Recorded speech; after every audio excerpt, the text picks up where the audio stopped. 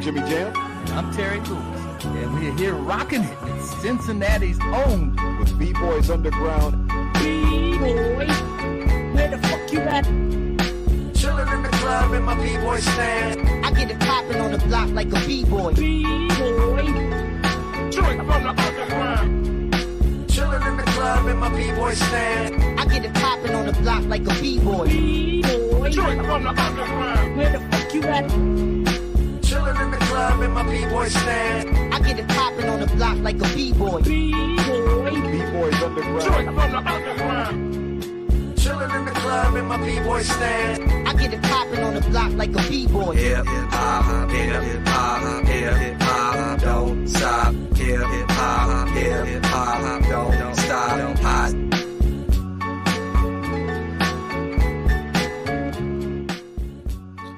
What's good? What's good? What's goody? It's your buzzing cousin Ghost Boogie, yo. It's episode 18, and this is going to be an amazing episode. I hope y'all are locked in, ready to go, because we've got the one and only Slum Village kicking it with us tonight. Plus, we got another guest later on, Mr. FELONY LOC out of Circle of Bosses. Let's get into it. We're going to introduce, first up, we got my man Big Weez. What's good, fam? What's going on, world? You already know, Kings County representing in the house. Excited to get into this interview, so let's do this. Hell yeah. And we got the one and only G Dash Fresh. What's good, fam? You're muted, bro.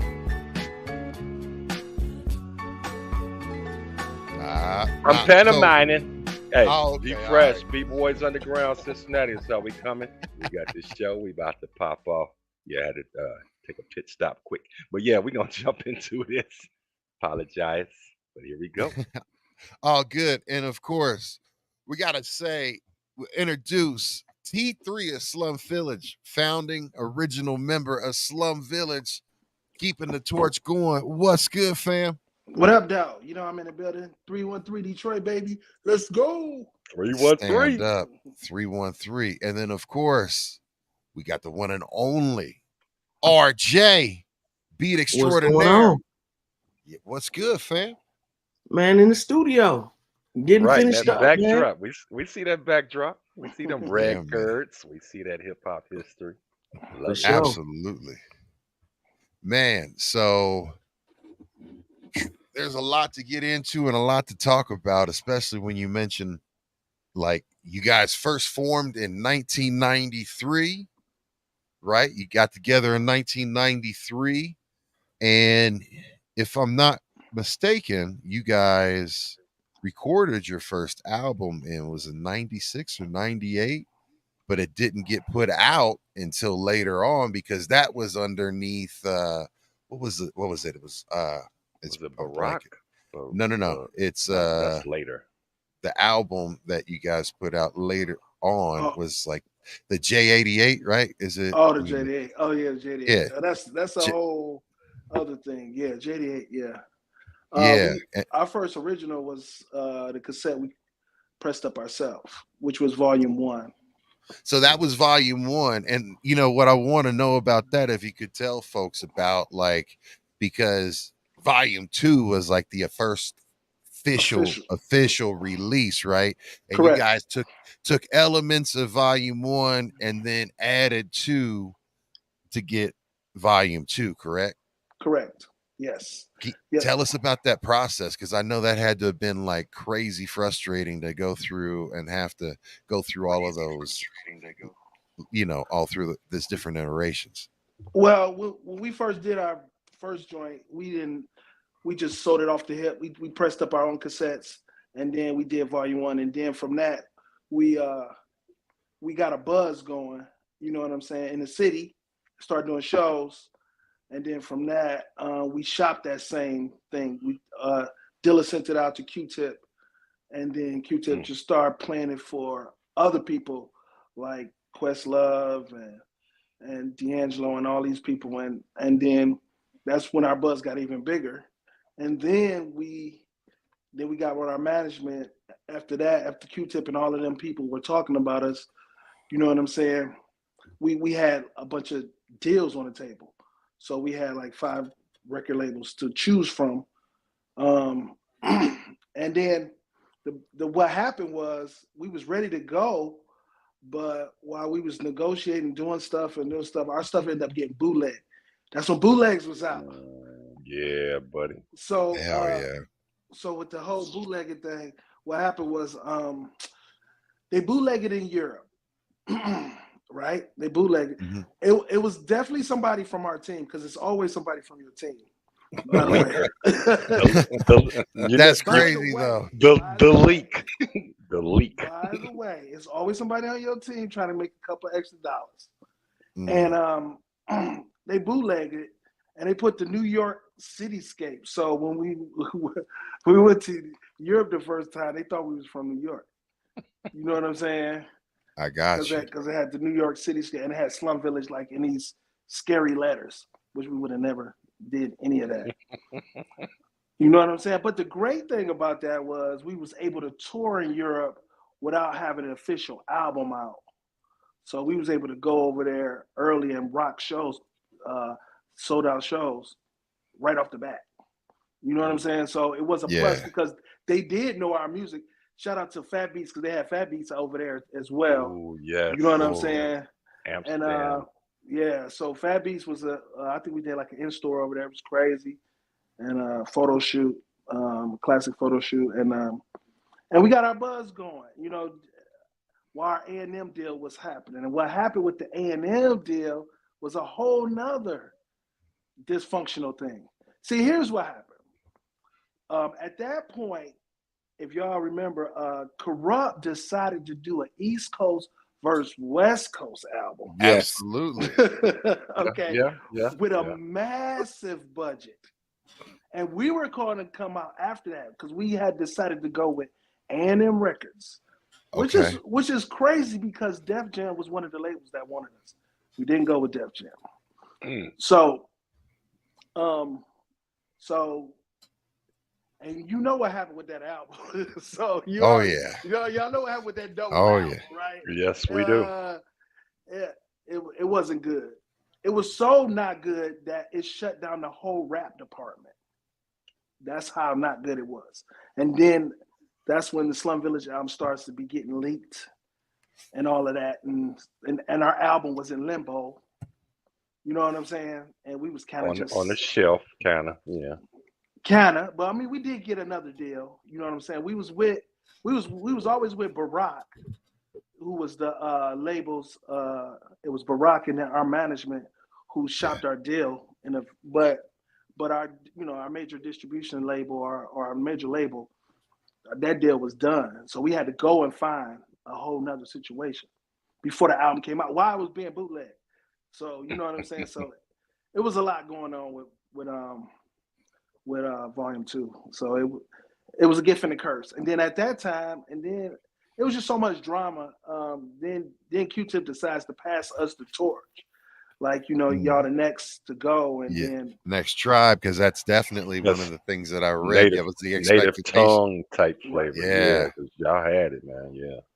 I mean, and that was the worst thing that ever happened to us too, as well, because the people who are tribe fans, they were mad at us. So when we went to Swords Magazine, they like, who's these niggas? Nah, they ain't from New York, this, whatever. No. You know what I'm saying? So people was upset at us. And that ain't what we didn't ask Tip to do that. You know what I'm saying? But once again, Slum Village, it was like, man. So coming out the gate was just a whole up and down, the whole nine. You know what I'm saying? We didn't get the praise for Volume 2 to years down the line. You know what I'm saying? Man.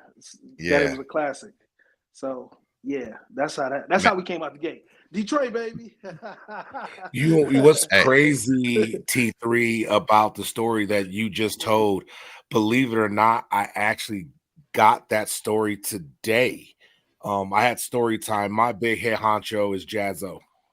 And he actually told me that same story today that you just told about how y'all record got leaked.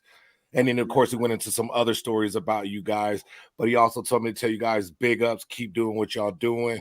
And anytime y'all want to network, hit Jazz or hit myself or Boogie, and we can link you guys together again because he would love to work with y'all. Okay, that's dope. That's what's up. For sure. Yeah, man.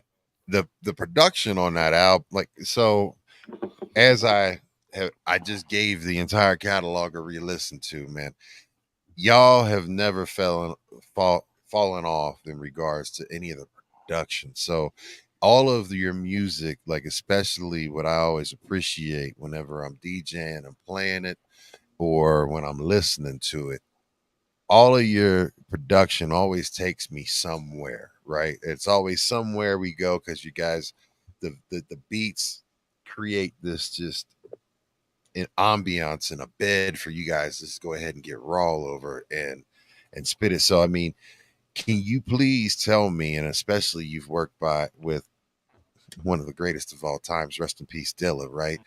But you know, with those studio sessions, and even now with you, RJ, and with your production work,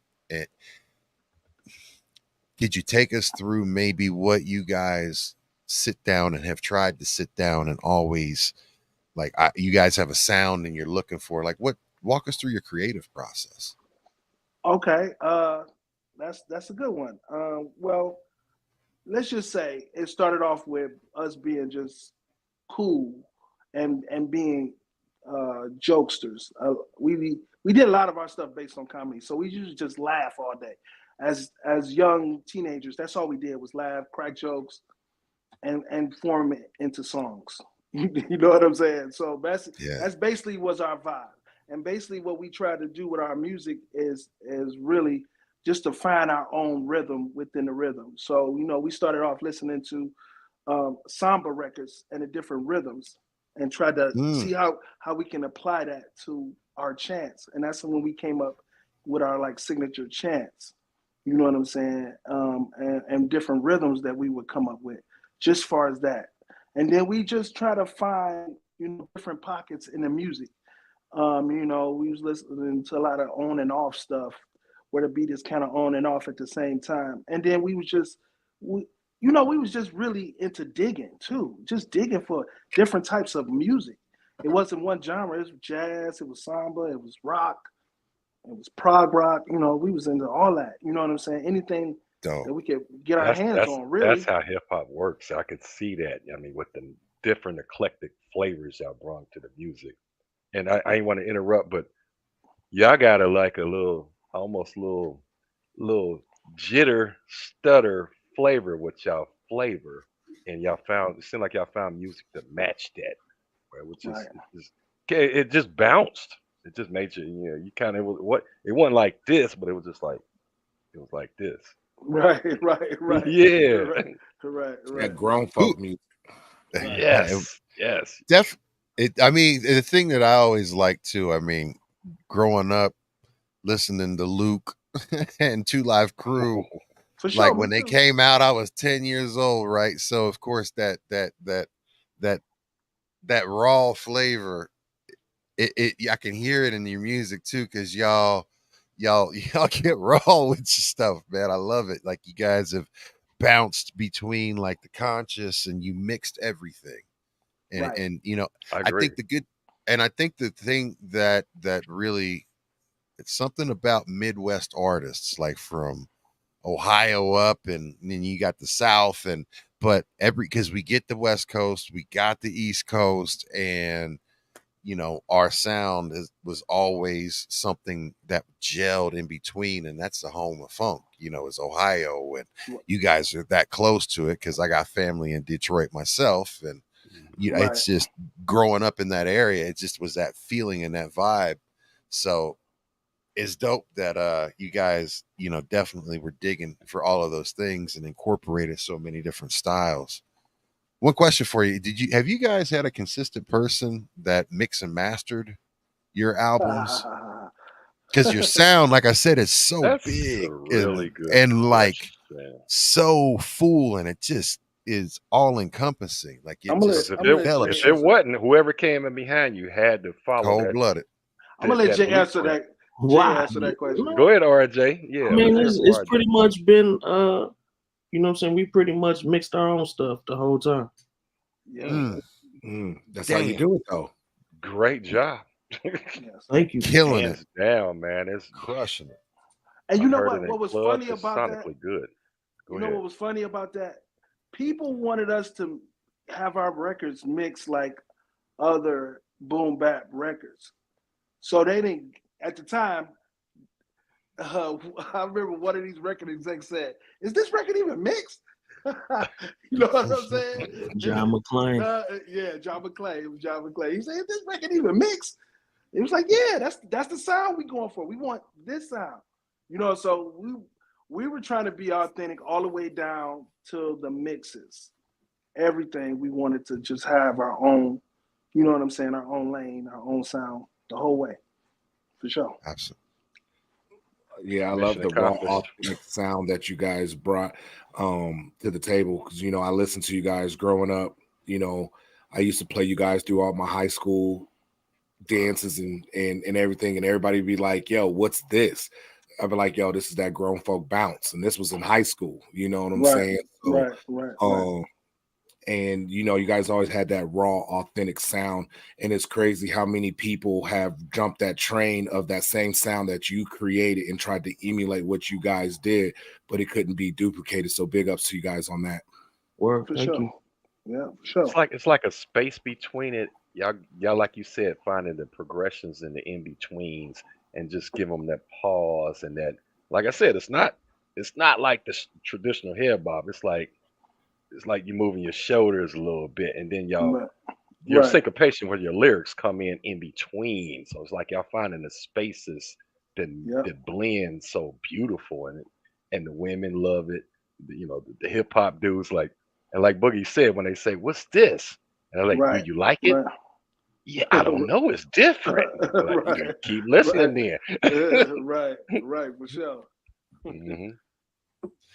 So I gotta ask you a question because, like, for me, when I think about Fantastic Volume 2, right? And that's the Dilla production, on there. And that's when he definitely I love the history of Get This Money, because Get This Money, the way that he constructed that song, it's an actual seven bar loop instead Exactly. of the natural 8, which gave Exactly. it that feeling like, it was A completely swing. different. And it was Yep. such a Dilla swing, right? But Right. that one, how he did that, I think that that's the first song that someone did that in hip hop and Right. flipped it that way instead of your traditional 8 progression or 16 progression, 7. And it just kept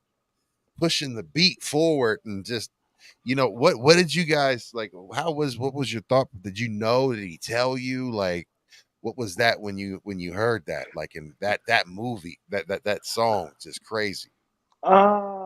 We heard the sample before he did it, but no, he never tells you his process until you have to figure that out after. Dilla be like this. Okay, you like this? And he put on the headphones. You know what I'm saying? Yeah. And then if he put on the headphones, and then you hear him say, "Woo!" If he feeling like that to himself, then you know when he turn on that machine, it's about to be incredible. You about to be like, "What the fuck is this?" You know what I'm Yes. saying? Yeah. So we can always count on, and that sure enough, that's what it was. You know what I'm saying?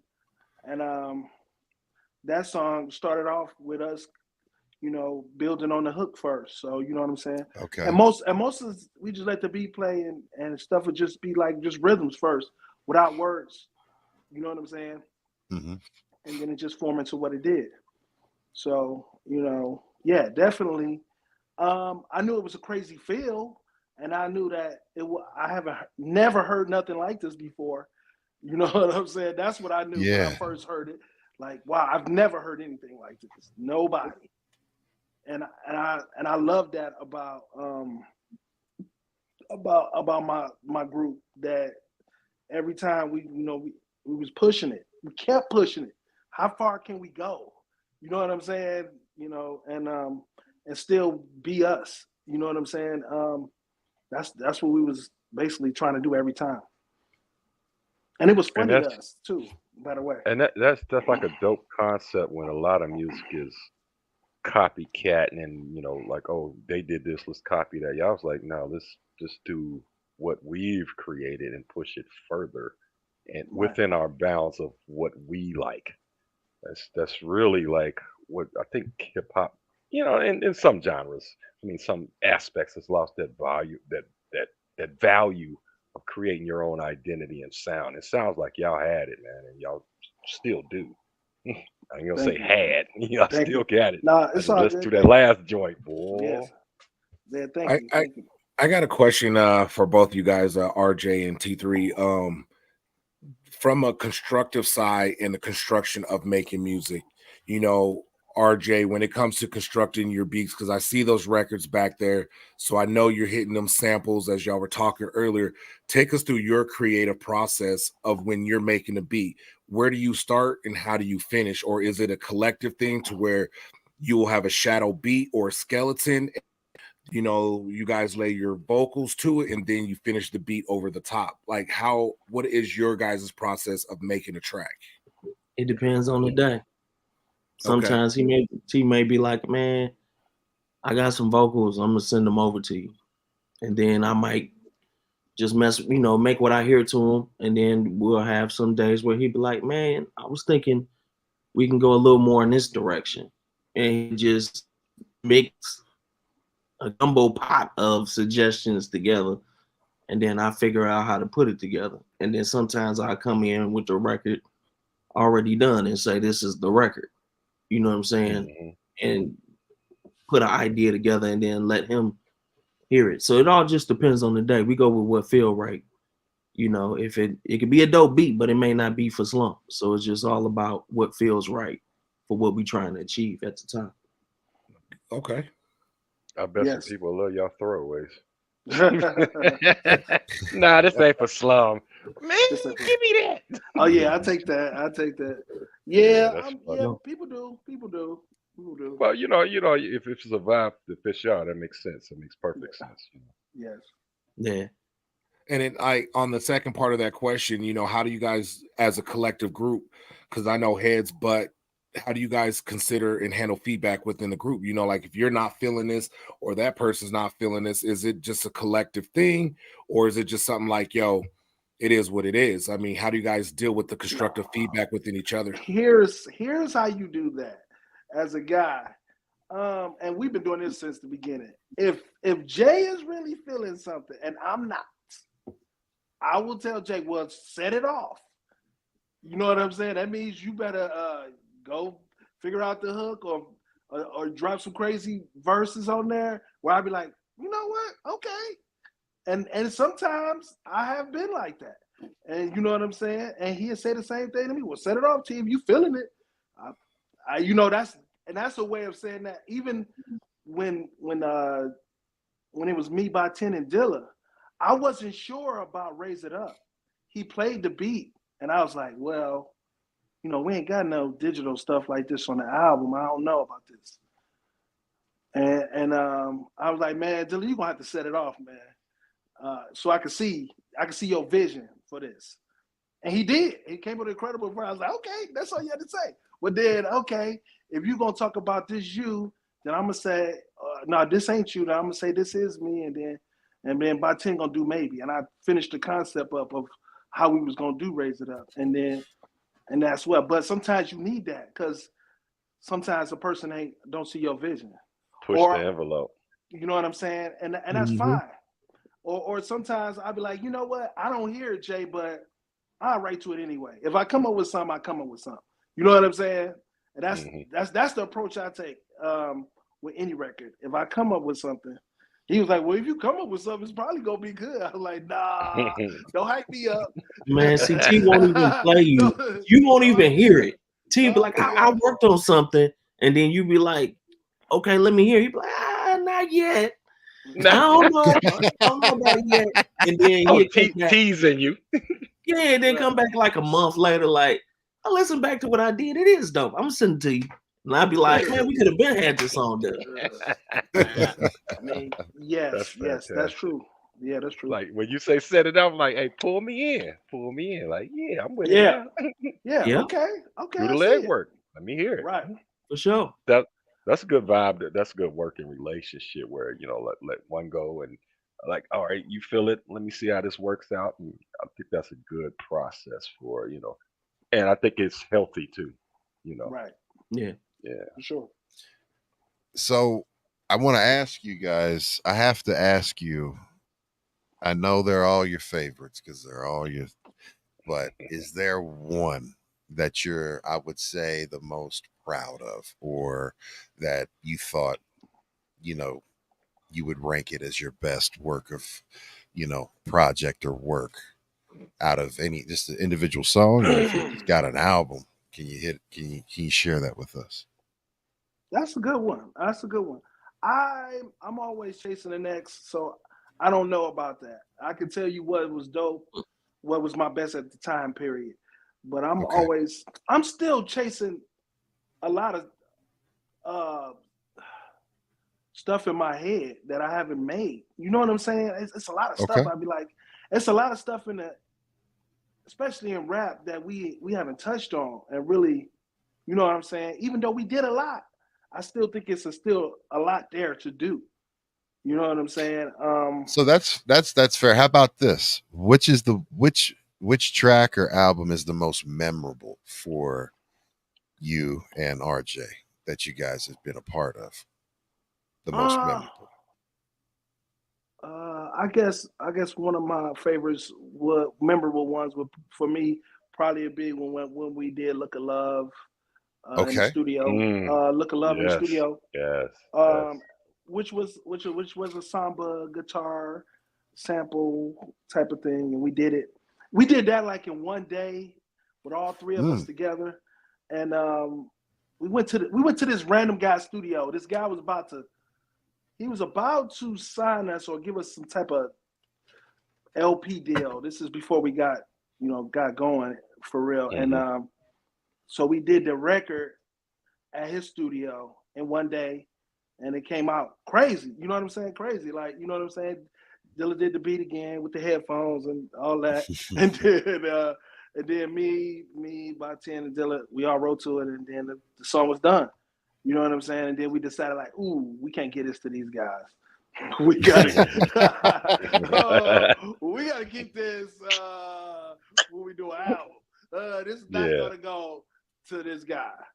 And I think we ended up getting our reel from them because it was on a reel, and 2-inch, and then we kind of left, and then we never did talk to them guys again about doing no more records. You know what I'm saying? Which is crazy because it was a great experience. We was at their studio, but yeah, so it was just one of those records that when we done that record, we knew we had something. Like, oh, this is incredible. Yeah, this crazy. You know what I'm saying? And Yeah. And that's when that was kind of the spark before we kind of did the whole volume 1 cassette. You know what I'm saying? So yeah. Dope. What about you, For me, I would say yes. I would say the Yes album. Okay. Yes album? Okay. Yeah, it let people know that Slum can still do what people would consider the classic Slum Village sound. Hell yeah. You know what I'm saying? No matter what formation, because the people who was putting the records together is still here. Right. So Yes, for me, that record meant the most to me. And that's I thought you would have said Trinity. Nah. I thought you would have said Trinity, dog. Trinity was too much work, bro. I didn't really enjoy that. It was a whole lot of work. I mean, but that was kind of your real introduction of, you know what I'm saying, Slum Village. Really in there. So, I mean, yes. I mean, y'all that was such a sick ass album and such a dope ass lineup. You worked, of course, with Bilal, worked with John Connor, you worked with BJ, the Chicago kid, who is an extremely talented artist. Yeah. You guys had John Connor on there.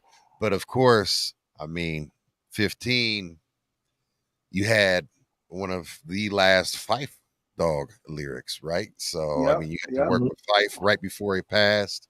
You had De La Soul on that album. Yeah, Frank Nick. Rest in peace. Yeah, Cam Convert, Keely. Yeah. Man, yeah. I mean that album, I would agree with you, RJ. Like that one right there had to have been a really, really, really great one because just you got to work with all those dope artists and put that album together. So yeah, man, that's a good one, man. Salute to you on that. So we had DJ C minus as a guest on here. Do you guys? He was really close with Dilla, right? For sure. And he's one of my homies and families, right? So the thing about him, has a Dilla story where the thing he always thought was funny and appreciated about him making music or watching him make music was his ability to smoke a blunt and work stuff out and play it live, like working stuff out on the MPC and still be able to engage in conversation. So he was like, Dilla was just a beast, and is watching him because he got to watch him do a lot of production, you know, and just be able to engage him. He would go once he figured like got something he wanted to lay down, but when we lay it down and then be right back in the conversation. So I mean, that had to have been crazy. Yeah, that's crazy. That's crazy. See, the thing about that is Dilla didn't start smoking weed till like the last couple years before he moved out of Detroit. So you talking about this whole 20, almost through most of his 20s, you know what I'm saying, of not smoking. THC free. No drinking, no smoking. Ooh. He didn't start drinking until we started going to the titty bars, and he was only periodically drinking champagne. So he wasn't even drinking like that.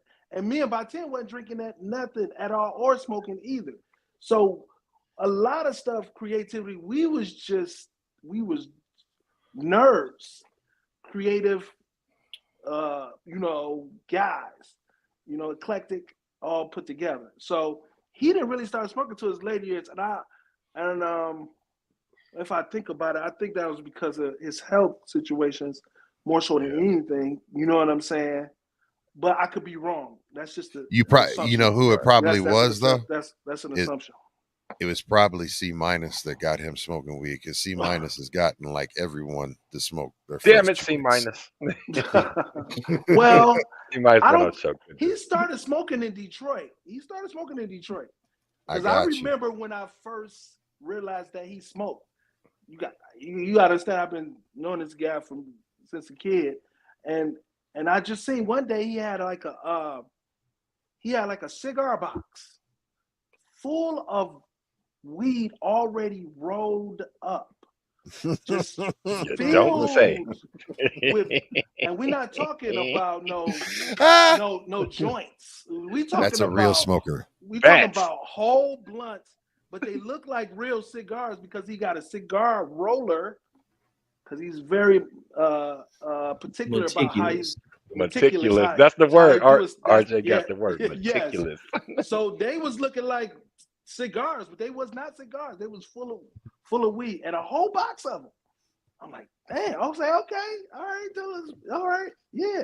You know what I'm saying? Because the only person in our crew that used to smoke back then was Frank and Dank, that's why their name was Frank and Dank. They always had the weed, and they was the smokers. And you go to Frank's house, you get you a haircut, Frank could line you up. You know what I'm saying? But those are the only people in the crew that smoke. You know what I'm saying? And Frank didn't never really smoke around Jay like that. So it's just crazy. Yeah. And what was that strain? Y'all had that strain out of Detroit called Gan or something? Yes. Oh my God. So I had some Detroit artists come down to my record pool meeting studio, and I mean, I had some serious smokers in the record pool. Everybody tapped out. The Gan, they call it this TB, throat burner. Everybody, I was like, man, I said, dude, we sweet. I'm cool. I said, y'all can take that back to Detroit, man. That's too much. You said a throat burner. Wow. Man, buddy. TB. I never had no Gans. I didn't smoke until I went to Amsterdam. So yeah. Okay. But not the first time I went. I don't think I smoked then. But after a few times, then I was like, you know what? I'm in Amsterdam. I'm comfortable now. Yeah. You know what I'm saying? That's what I was like. Hey, I gotta do it. I'm in Amsterdam, right? We in Amsterdam. Hey, yeah. That's when I did. Yeah. Cool. So I know I want to ask you. So growing up with your dad being, really big in the funk scene back in the day and being an artist with RJ's latest arrival, Shackles on Your Feet, one of my go-tos. Like, what was that like? Is that where he did because he was so active in the music scene and everything that he was into, did that like pretty much forge your path into being in music? Did you learn? Yeah, What was the things that you learned? I grew up in the studio, so if I wasn't at home because of having to get up for school, I was at the studio with my parents, watching them work all the time. And that was 24/7, 7 days a week. You know what I'm saying? Until they was done with what they needed to get done. So seeing that kind of sparked my interest into getting into a kids group.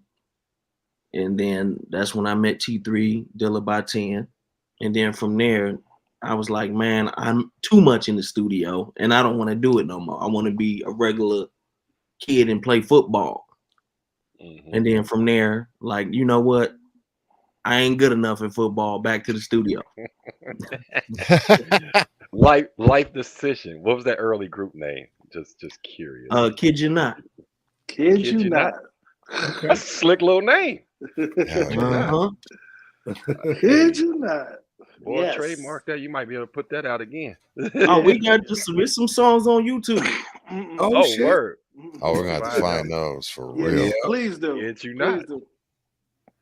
Yep. That's dope. Yeah. Man. Yeah, so but we talk about them records too, because we talk about people with a lot of records, and I ran a record pool and crate digging. Get all those behind you. I love it. I mean, what is your process? I mean, did you learn something from some of the other ones as y'all start, getting to the next level? I mean, what's your process on this crate digging? For me, it's more so depends on the project, because it depends on what you're looking for sonically. Sometimes I might be shopping based off the musician that's playing on the album. Sometimes I may be shopping based off what instruments they're playing on the album. Some stuff may be based off the cover or the record label. So it just all depends. Without telling, what's some of your favorite gems that you found crate digging where you was like, this album got like 20 samples on it and nobody's ever heard of? That would be like, I can give you some older ones. That would be like King Crimson. Oh, damn. Stuff like that, stuff that we done already murdered already. Yeah. Yes, Justin. Yeah. Ran it down the whole straw. Yeah, for sure. Put it on the corner. Another one would be Synergy. We used to love Synergy, man. Any Synergy records, man. You go crazy with them. We'd sample those all day. Word. Ooh, so favorites. I don't want to be selfish, but I'm tainted. That's funny. Now go ahead, Booger. I mean, go ahead. Weeze, so, bad. And then right now, you guys currently have a new project that's working on or has already dropped. Yes. Or we're working on it. We dropped some. When is the release date, or when is the expected date for that to drop? April. Sometime in April. Yeah, sometime in April. The album is called FUN. That's what it's called. FUN. Okay. Yes. I mean, acronym. We know how to break it down. It's called "Fuck You Niggas." That's what it's called. Hey, I was trying to get it out of you. Like, yo, let me know. Yeah, there it is. It's really that's fun too. Yes. Well, it's really a fun album. It's when we started on the album, it was based on like, yo, we want to do something up tempo. You know what I'm saying? Because we noticed we already got a lot of records that's mid tempo and slow, and we want to do something inspired by disco records. So a lot of these songs are inspired by disco. If you listen to Just Like You, it kind of got a disco feel, and so we was inspired by disco. So we started digging for old crazy disco records that nobody knew, and that's what kind of sparked the whole album. You know what I'm saying? But it really is a fun album, but we still talking our shit on there. You know what I'm saying? At the same time, we talking shit. Still SV. Still SV. Yeah. In a fun way though. It's in a fun way. It's not like we're not, not angry rapper. We're not. It's fuck you. It's fuck you niggas in a way like we gonna do what we want to do. We not chasing what nobody doing out here. We gonna make what we want to make. So y'all take it or leave it. Correct. And a shout out to DJ Edition, because that's when I first had the single on. Shout out to Nasty Ness, RapAttackLives.com. I got the single, and I was like, man, this is it wasn't out of the pale for you guys, but it was a little, like you said, up tempo. And I was like, man, this is still Slum Village, man. This is a good joint. It's fun, just like you. It's gonna get a little more ladies on that dance floor, I like it. Do we have Nothing that? wrong with more ladies on the dance floor. That's something to me. And less hard ankles. Yes, please. Please. Yeah, I don't know and if we don't have forget if that you're to tuned play. in, check out the Instagram official Slum Village. Go in there and get them follows, them likes up. Follow what they movement is doing.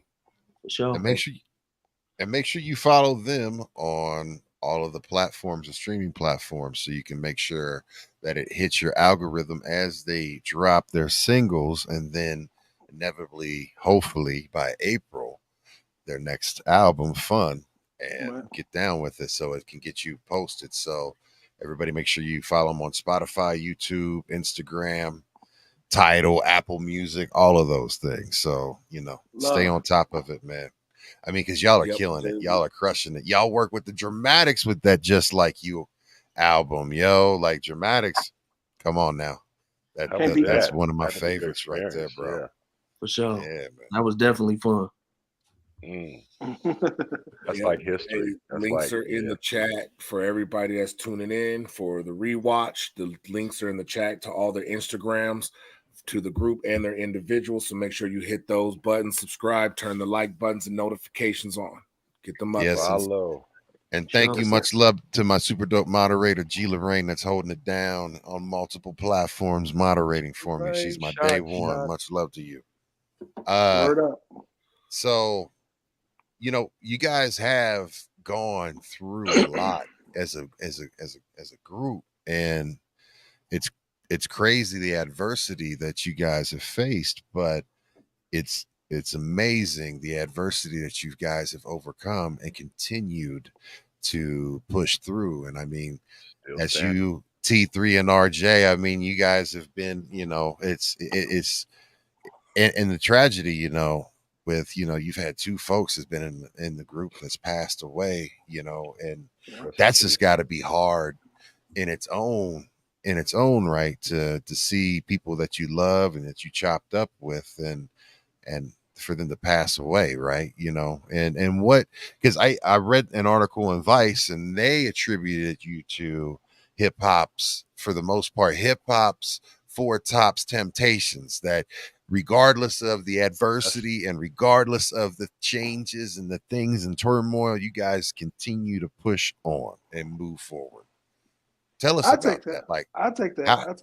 That's a good comparison. That's a good point there. Yeah. I would say like this, man. Slum Village has been around for 20 plus years, man. And I see it like this, man. It's just like, when you had your childhood friends and you move on from college and you got your college friends. You ain't talked to your other friends since then, and you just get older and older, and then you find out something happened at the crib. Dang, what? This, you know what I'm saying? I think it's just years. I mean, how many friendships, and friends are still around in 20 and 30 years? You know what I'm saying? That's a lot, and that's a blessing if that happens. You know what I'm saying? So I think we just went through life, man. It's just life, really, more so than anything. Even though with what happened with Dilla was at a young age. We talking 32, Yes. man. That's super young. Yeah. You know what I'm saying? To not be involved in nothing, it's just a sickness. You can't do nothing about that. You know what I'm saying? Yeah. So that's just what you gonna do. You know what I'm saying? I guess God said he was done and it was time for him to come home. So, you know, and you know, with by 10, that was a whole nother situation. Like you got a guy that was dealing with mental issues and being bipolar, and you know what I'm saying, and trying to cure himself through other ways outside of modern medicine, you know, by taking substances. You know what I'm saying? Which is a lot. And we saw that a lot in hip hop, but we didn't address it. You know what I'm saying? That happened a lot. You know, with ODB. You know what I'm saying? It happened more than I know some other artists that DMX. That's still dealing with it and figured out a way to, you know, get past that. But man, Guru. it's just yes, Guru. Yeah, it's a lot of artists like that dealt with a lot of situations. So I just think it's life, man. And the reason why we always kept it going, because every time a member would leave, they would always encourage us to keep it going. That's the first thing Dylan told me. Like, hey, you know what I'm saying? Hey, man, I want y'all to keep this shit going, man. I'm about to go and take this deal at MCA, do whatever, and blah, blah, blah. Man, but y'all got to keep it going. I was like, all right, nigga, I guess. You know what I'm saying? You know, because I was the middleman. I wasn't, you know what I'm saying? That wasn't my goal. I like to play where I was put at. You know what I'm saying? You know what I'm saying? I'm over here, I'm over there. You know what I'm saying? That's I was secure with that. You know what I'm saying? Add my creative pieces, but I was put into that forefront, and I had to either sink or swim. And plus we still had money on the table. It wasn't like the people even care. We had 2 deals ready for us with, you know, with Capitol Records. Just, you know what I'm saying? And they didn't even care whether Dilla was there or not. You know what I'm saying? And so y'all better make it happen. Which is crazy, because we cared. You know what I'm saying? Right. Which is crazy because we cared. But they was like, well, who wrote half of the hooks? I said, I wrote half of the hooks. Well, okay, then by 10 is still here. Okay, yeah, y'all got most of the group is here then. Okay, well, yeah, y'all can always get some beats still from Dilla. I was like, I guess we in business. You know what I'm saying? Even though at that same time we had people telling me, man, you can't do no group without Dilla. Some of the closest friends. But anyway, that's just life. What I'm saying, let me wrap all that up. I feel you though. Yeah, I mean, life, no, that was our listeners need to hear that. I'm like, man, you know, everybody think this is all sunshine, and you're like, hey, man, it's some struggles. I mean, you're a human on this earth, even though you're doing music and you're putting out great music. Y'all keeping that mantle together, man. Which y'all done a great job. You know, T3 and RJ. You're like, we go through stuff like everybody else do. You know, we still here. And we still rocking with y'all. We rocking with y'all. Yeah, man, appreciate it, man. Like that struggle is real, and that what you just said, man, is like money on the table, and they want their money back. Like we got a deal. Like you can do it. You can do it. Like hold on, man. With anything, the exact encouragement I want, but you know, like we can make it happen. And that's the testament to, you know, good artists, man. What y'all are. Really appreciate y'all. Word, man. Appreciate you. So, you know, speaking of, you know, of course you had Dilla in the group, you had Dilla's brother that did production, T3, you've had your hand in it, but RJ, like when you got involved and got down to it, you know, I want to know who are. Well, first, here, let me ask you this first quick question. What do you currently produce on? Like, what are you making your beats on? And like, what's your studio set? Like, what do you use? Good question. Let's see. Look at that. Ooh, look at that. That's man. Look, man. I see you. And a bunch of records. Records Hey, on records man, on records. you can't beat that setup. It's magic What's for your hip hop. It's what magic. machine is that? Is that the MPC X. X or yeah, that's the X. Yeah, man. Mm-hmm. So do you prefer the Akai ecosystem over, say, for instance, any of the other ones that are out there? Do you like the workflow of the Akai? And Yeah, I've tried Ableton. I bought the push all that, and still ended back on You the bought on the X. okay, Did you like the machine? Which I had Machine too. I made records on Machine. I didn't like sequencing on Machine. okay, It's very difficult. yeah, it's kind of like what you learn at first, but so you're more the Akai. See, I Yeah. learned that later. Yeah, it's like, well, I think the first thing you learn is probably your best love, and so you keep gravitating back to that one. And that's I mean, it's an easy workflow for you. Yeah, for me, it's perfect for me. So RJ, if someone was to start up a studio and they were interested in making beats, what would be that piece of equipment you tell them they need to go get to get themselves started? Laptop. Facts. Facts. If you're not stuck in the dinosaur world, remember I started out on 2-inch tape. So for me, it's like you might as well get with what's current.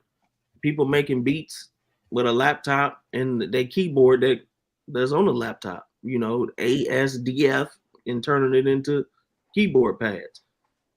So it's like, you know, for me, I would just say get a laptop, get a software that you able to grasp onto, that you like the workflow, and then just, you know, get with it. Use your creativity to the fullest. Word, man. That's dope.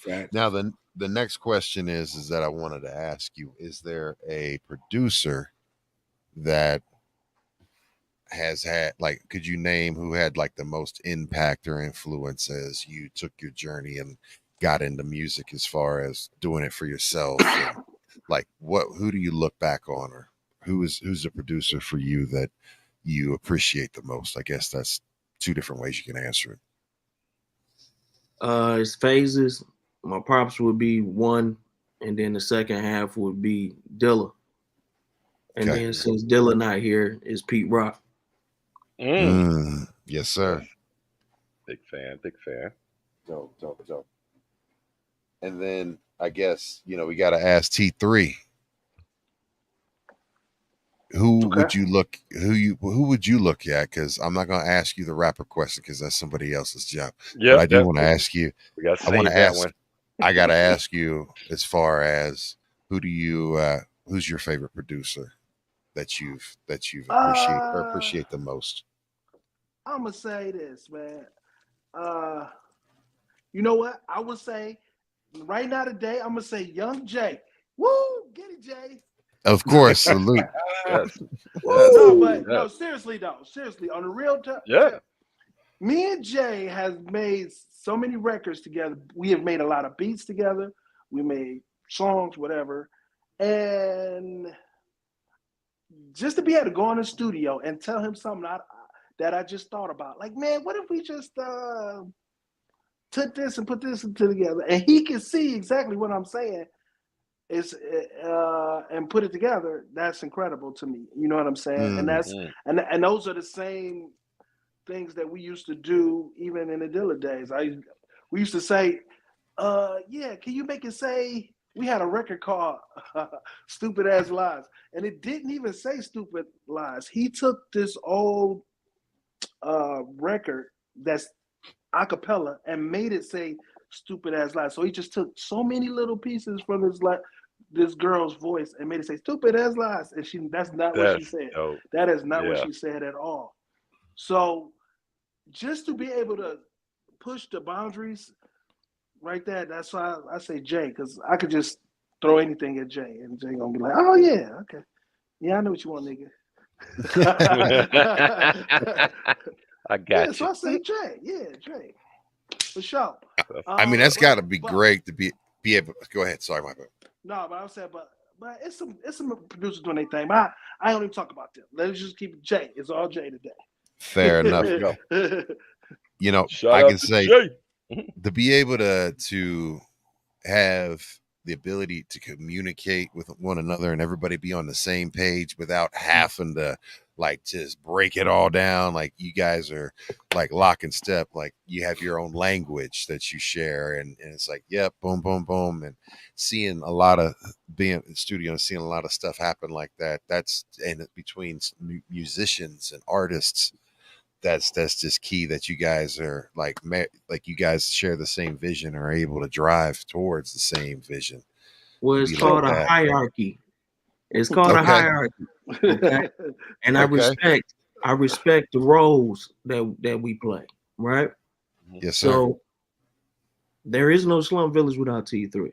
So if T say, I want a monkey screaming in the background with a tambourine mixed with Kraftwerks, I'm gonna say, you know what? Let me give it a shot.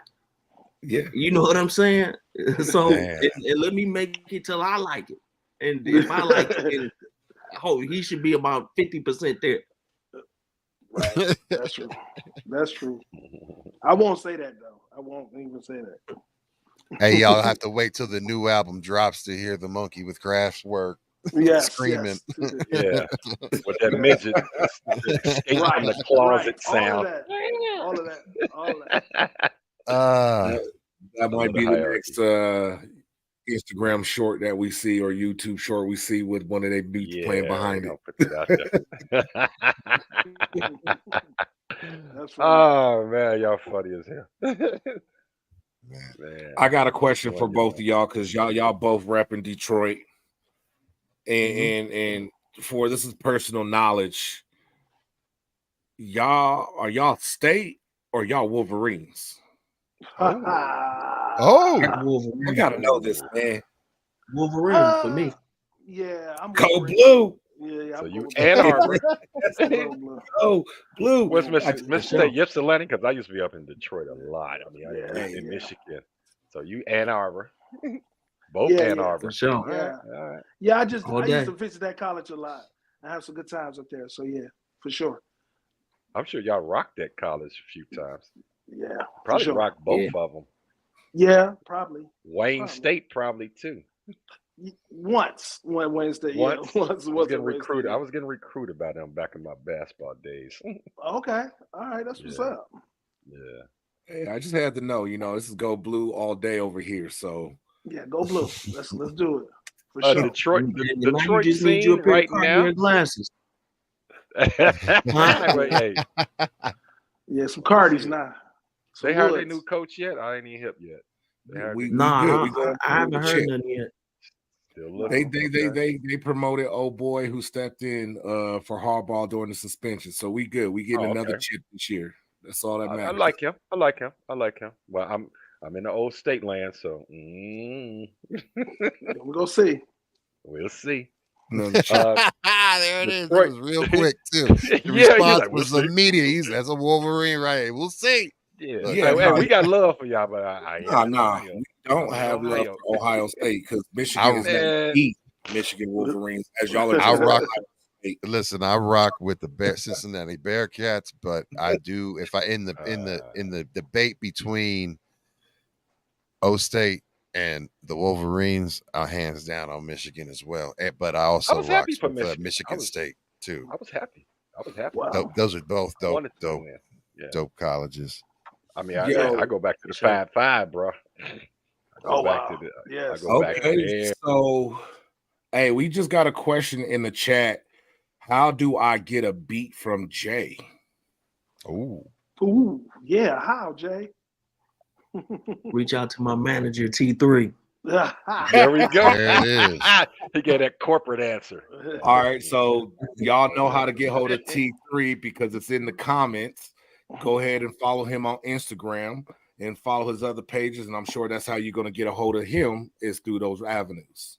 Yeah, Jay, you got beats. Let's go. T got beats too. Yeah, I got come on, T. TK in the house. Yeah, I did a beat on the album. I did a beat. And just so you guys are aware, the person who did ask that question is Isaiah Ali out of Chicago. He was, so he's actually a former guest on the show who's dropping a new album next week. So big ups to Isaiah Ali on his new upcoming album. Shout out Isaiah. All right, we will thanks. drop What up, his, brother? we will I'm about drop to go on his Spotify right now and check it out. Our B-Boys Underground alum now. We building them up. Yeah, man. One quick question, because I know we're gonna be moving in. I know we done had y'all for a nice little bit of time and been enjoying ourselves. Detroit hip hop scene. Any insights? Because I haven't been up there in a while. How's that hip hop scene up there as far as It's bubbling. It's bubbling, man. You know, of course, Bodie James is doing his thing right now. You know what I'm saying? You still got, you know, it's a lot of up and coming cats coming up. You know what I'm saying? And then you got the whole hood thing going on, like the Skilla Babies and the Sada Baby, and you know all those cats. You know what I'm saying? They going crazy. T Grizzly. Yeah. So I mean, Trick still being the mayor up there. I guess he would be. I mean, I don't know, but I think he's doing his radio show. But yeah. Okay. Yeah, he has a radio show on Sirius. But so yeah, everybody kind of doing their thing, man. I think it's a lot of young cats just on a merge of bubbling. That's what I'm waiting on. That whole young next wave, and it's a few cats that's kind of on that wave that I'm liking right now, like Curtis Roach and a couple of other guys. So yeah. I was good. That was my question. Who could you give us a couple? So you said Curtis Roach and anyone else that you could name that you could look for? On the young tip, we work. Early Mac has been around for a minute, but he's still a younger cat. He did a lot of work with Big Sean and stuff like that. So look for Early Mac, and it's a few others. You got some Jay? On the hip hop side, yeah. I mean, you know they all geek when y'all co-signing for them. They all like, man, Slum Village said my name. Yeah, I mean, I would say the only person that I'm looking at is Early Mac, you know, and you know, working on that and getting that where it need to be. So you know, that's where my focus is at outside of Slum. Okay. We're gonna be looking out for that Early Mac. Yeah. Dope. Well, gentlemen, I appreciate your time. I thank you so much for it. I do have to say that when, you know, I go back through the catalog, and I had an amazing time just like listening to everything from the beginning all the way to the most recent and enjoying the journey. And, you know, if there's albums that should have been 5 mics that weren't 5 mics, y'all have got an amazing run, and like, just appreciate the music that you guys have put out there. As a fan of hip hop and as someone that hip hop's been a part of my entire upbringing and who I am, you know, you guys have contributed greatly already to what you've already did for hip hop. So thank you for that. But also thank you for your perseverance, because I tell everybody, you got to stay positive, you got to keep it pushing, and you got to keep persevering, because regardless, life happens and it happens quick and you can't change it. You just got to keep grinding and keep pushing through adversity. And you guys have done that and shown that even when you do, you can deliver and change and shift gears. So, man, I appreciate you guys, and I appreciate the fact that you were on here and spent your time with us. Is there anything that you guys have that you want to shout out? Looking for we going on tour soon. April, we'll be on tour around when the album drops. Look for that. We want to just thank everybody for supporting us. Thank y'all for letting us come on the show. All that. One love. T3. One love. RJ, shout out. He summed it up. We speak one big one sound. Hell yeah. I hope that tour date is in Colorado. Make sure y'all put that one on the tour dates. Okay, yeah. We love Colorado. They're out in Colorado. Colorado, the We will Box we will State. come I'm in function with Cincinnati, y'all. Ohio. And Yeah, when okay. y'all come through here, we gonna Oh. link up. Oh yeah, yeah, Guaranteed. Ohio. Yeah, for sure. Guaranteed. I mean, you know, that's a short trip. Yeah. Yep, Yeah, get that show in Colorado. I'll get the VIP. We'll come chop it up in person. Let's do it. Yes, sir. Hell do yeah. it. Well, Hold there on, you go. we got Mr. Felony Loc. Come on. He said, how y'all miss my brother D's from Detroit? There's Mr. Felony Loc, our next What up? guest. What up? What up? What up? What up, though? It's Mr. Circle of Bosses here. Yeah. Felony Loc. He's about to join us here. Who's Yo. D's from Detroit? Y'all hip to him? I'm not He's here. from Detroit. No, I'm not yet. Okay. Well, he gonna talk about him, I'm guessing. Okay, that's what's Shit. up. All right. I'm about to check him out, though. All right. There you go. So, There yo, you go. again, I appreciate you. Slum Village, folks. There it is, Slum Village. Well, Make sure you be on, follow. out, y'all. Peace out, y'all. Appreciate y'all. Peace. All right, Salute. bro. Yeah, what's All up? right. So, Mr. Whoa, Felony wait. Loc, Circle of Bosses. What's good, fam? Welcome on the B-Boys Underground. Salute. Thank you so much for being on. And he dropped out. He'll be back. He's been dropping in and out throughout all of that. But yo, I'll take this. I'll take go it. I'm gonna take this time out, talk about our sponsor, Colorado Print Press. Want to let you know that this show is being brought to you by Colorado Print Press. You are looking for anything in regards to anything printed, anything that is vinyl, anything not in records, but like vinyl, signs, t-shirts, all of that stuff. Yeah. Anything, any type of thing that in regards to printing and press, I want you to make sure that you mess with them. Check them out as I share this website. We'll get that off the screen and let you know how to get a hold of them, because even one of my usual suspect brothers, Danny Chaz, checked them out over in London, and they do business over there. So you don't have to be in Colorado to get down with them. Look at all those things that you can get printed. But also what they do focus on is the customer service experience. They pride themselves on it. You're going to get an amazing product, printed well, executed exactly how you like it, and you're going to be amazed by their customer service. So make sure you get down with them. You can check them out right here at this link that I'm putting into the chats on everything. Yes, everything. Boom. So you can check them out right there at that website. Or if you are local in Colorado, you can check them out at 6373 South Irvington Way. Phone number 720-734-9994. Again, that's 720-734-9994. Get down with Colorado Print Press and use and mention B-Boys Underground, and they'll take care of you even more better, even if that's anything to say. Show, because actually, not only you know, we're about to be our own, we're gonna be customers too. Not only they sponsoring. Can you show the new logo? I gotta remove everybody. Yeah. So go ahead, real quick.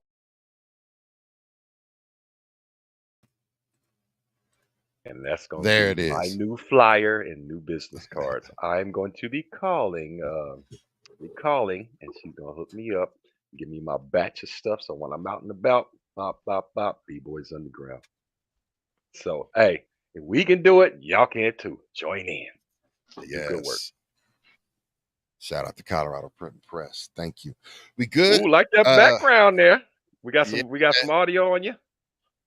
Yes, sir. What's good, there guys? We go. Good. So, yo, check this out. Just to give you a heads up, are you on a phone right now? Yeah. Okay. Are you getting like text messages and it's popping you out? Like, so do you know how to like put it in do not disturb mode? So like, is when you get any type of calls or like push notifications from any app, that's what keeps popping you and not killing your Give me a second. Let me cut that. Absolutely. No problem. Take your time, fam. I'll add you back on once you get that done. So, man, again, shout out to Slum Village and shout out to everybody that's been tuning in. Again, I got to say, big thank you so much to G Lorraine for holding it down and being my moderator. As always, make sure you follow her on Twitch and YouTube. Shout out to everybody that's tuned in on Facebook. We got Canada Law Beats. We got, who else we got? Got Miss Catherine in the house. We had Mr. Mikey Unlikely in the house. We had some Isaiah Ali. Got Isaiah Ali. PK. PK, yes. I know I got we some have later. We have Tana Beat Elf on Facebook tuned in the chat in there. Got Murr. I probably said her name wrong, so I do apologize to her.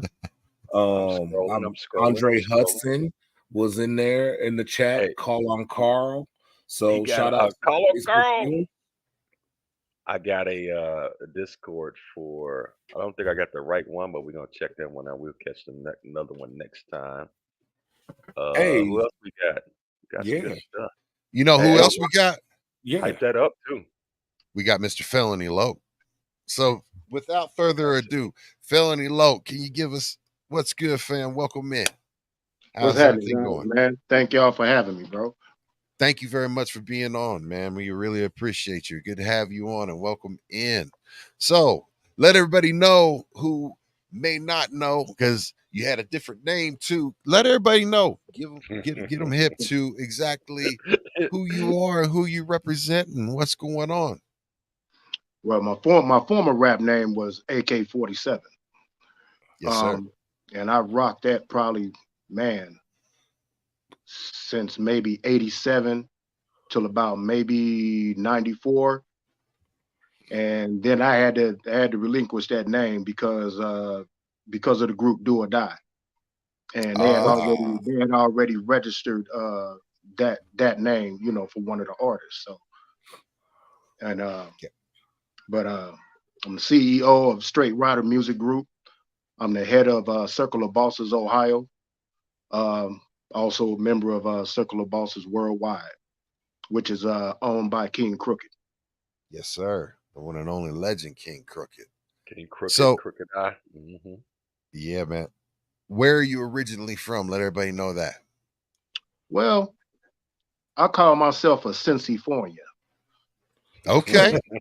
I like that. That's dope. That's very dope. I was born in Cincinnati, man, but I was raised, you know, from 5 years old to maybe 13, 14 on the West Coast, through foster homes and boys' homes and stuff like that. I got you. So I got 2 homes. And then you came back to Cincy? Yeah, when I was 13 going on 14. Nice. You know, that's when they happened to find my mother, because I hadn't seen my mom since I was maybe 2 or 3 years old.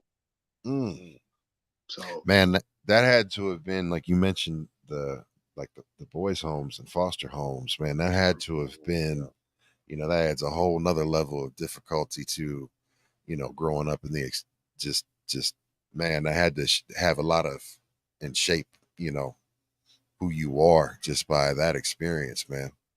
Yeah, truly, you know, because I held in a lot of anger. Yes, sir. You know, and so did their name, you know, me being out west, you know, I ended up, you know, of course, being a gangbanger. You know, yes, sir. And I never messed with nobody that didn't deserve it, but those that deserve it, I laid it to them. You know, it took me a lot of years to get past that and mature. You know what I mean? A lot of years. You know what I mean? But the one thing that's saved me was music. Amen. Because I messed up, you know, a lot of opportunities because of, you know, me engaging in the streets and, you know, and whatnot, serving prison time and all that type stuff. You know. But, you know, I'm here now. You know, whatever your path is through life from birth is what makes you as an adult. And you have to separate the bullshit from the real. That's how I met you, was through music. Going back to the was the infamous the was it called, the bombshell, what was it called, the bombshell at Woodward? Yeah, buddy. Oh hell yeah, I remember that. Oh shit, yes. Man, they couldn't stand me, bro. We was just made my head hurt.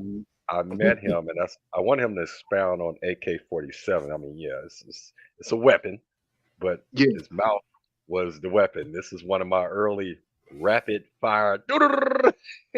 He spit them lyrics like an AK-47. And it's funny. It's funny that you mentioned that, bro. And I'm not downplaying any other artist that did double time and triple time, bro. Mhm. But I was doing double time and triple time in 1985. Before there Yes, was you were. Twister, before there was Tech Nine, all of that, bro. Mhm. You know, and then once people, other artists and stuff start picking it up, I left it alone. You know, Yeah. now I just throw it like here and there, you know what I mean, in my verses, you know what I mean, just to keep my skills up and when it comes to that, you Yeah, know. because if you don't get out there, it looks like, oh, you copying now. Like, no, I've been doing this Right, since right, '85, bro. right. So now you But gotta, cats used to hate that, bro. They're yeah. like, oh, here come this fast rapping cat. You know, and and remember, this is 85, 86, bro. Wasn't no Yes. cats rapping like Wasn't that, bro. nobody doing that back then. No, You you're know, right. and I learned that style from watching the Sunday afternoon auctioneers. They Oh, used to come on like Oh, so um, yeah, used to come on one of them odd off man, those channels. dudes. You know what I mean? And I said, I yeah. wonder if I can, use this as a rap style. So I watched it for like months and I practiced until I got it. And for about 10 years, I battled cats freestyle with that style, bro. Mhm. It took me 5 years to learn how to write a rap. But other than that, bro, I was Straight killing freestyle. cats, bro, off the head, bro. Mhm. That's It'd dope, have been man. dope to be in that cipher.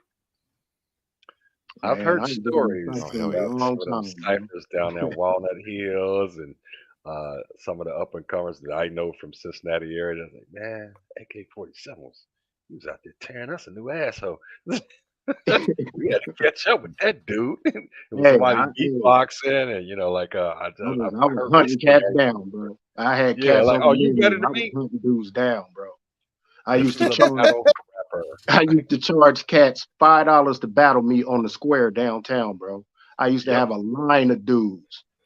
that was And I actually a just run thing through where them, bro. going to the square during the jazz fest, and even without the jazz fest, that was a Yeah, battleground. That was about, oh, yeah, yeah, you hot from your hood? Come on, let's go. yeah, yeah. The only one that gave me a formidable battle and which made me better was Marky K, Marky Marky K. K. Yeah, buddy. which other people may know him as Eminem, the original Eminem, Mark Money. Mm-hmm. Mark, I got you. May he rest in peace, man. That's my guy. Rest Rest in in peace, You man. know, peace. but, we went at it. And first time we battled, he lit me up, bro. He lit me up. And I said, you know what? I can't have that, bro. I gotta go, you know, scoop up Regroup. this and that and recoup and come back. So every time, bro, every time we went at it, that second time we battled, he knew I wasn't nothing to play with. So we would just go at it, bro. Round for round, round for round, round for round, round for round. And the Still last sharp time steel. I seen him, man, it may have been 2003, 2004, and we ran into each other at Trotters. Mm. And Ooh. just so happened that Nine Ether was there. Damn, who else was there? It was a couple You did, other cats. And we didn't battle or nothing, you know what I mean? We just chopped it up because we ain't seen each other in years, you know what I mean? Because Right, I was right. hoping, me being out in LA, that I would, run across him because that's where he moved to for a while. You know what I mean?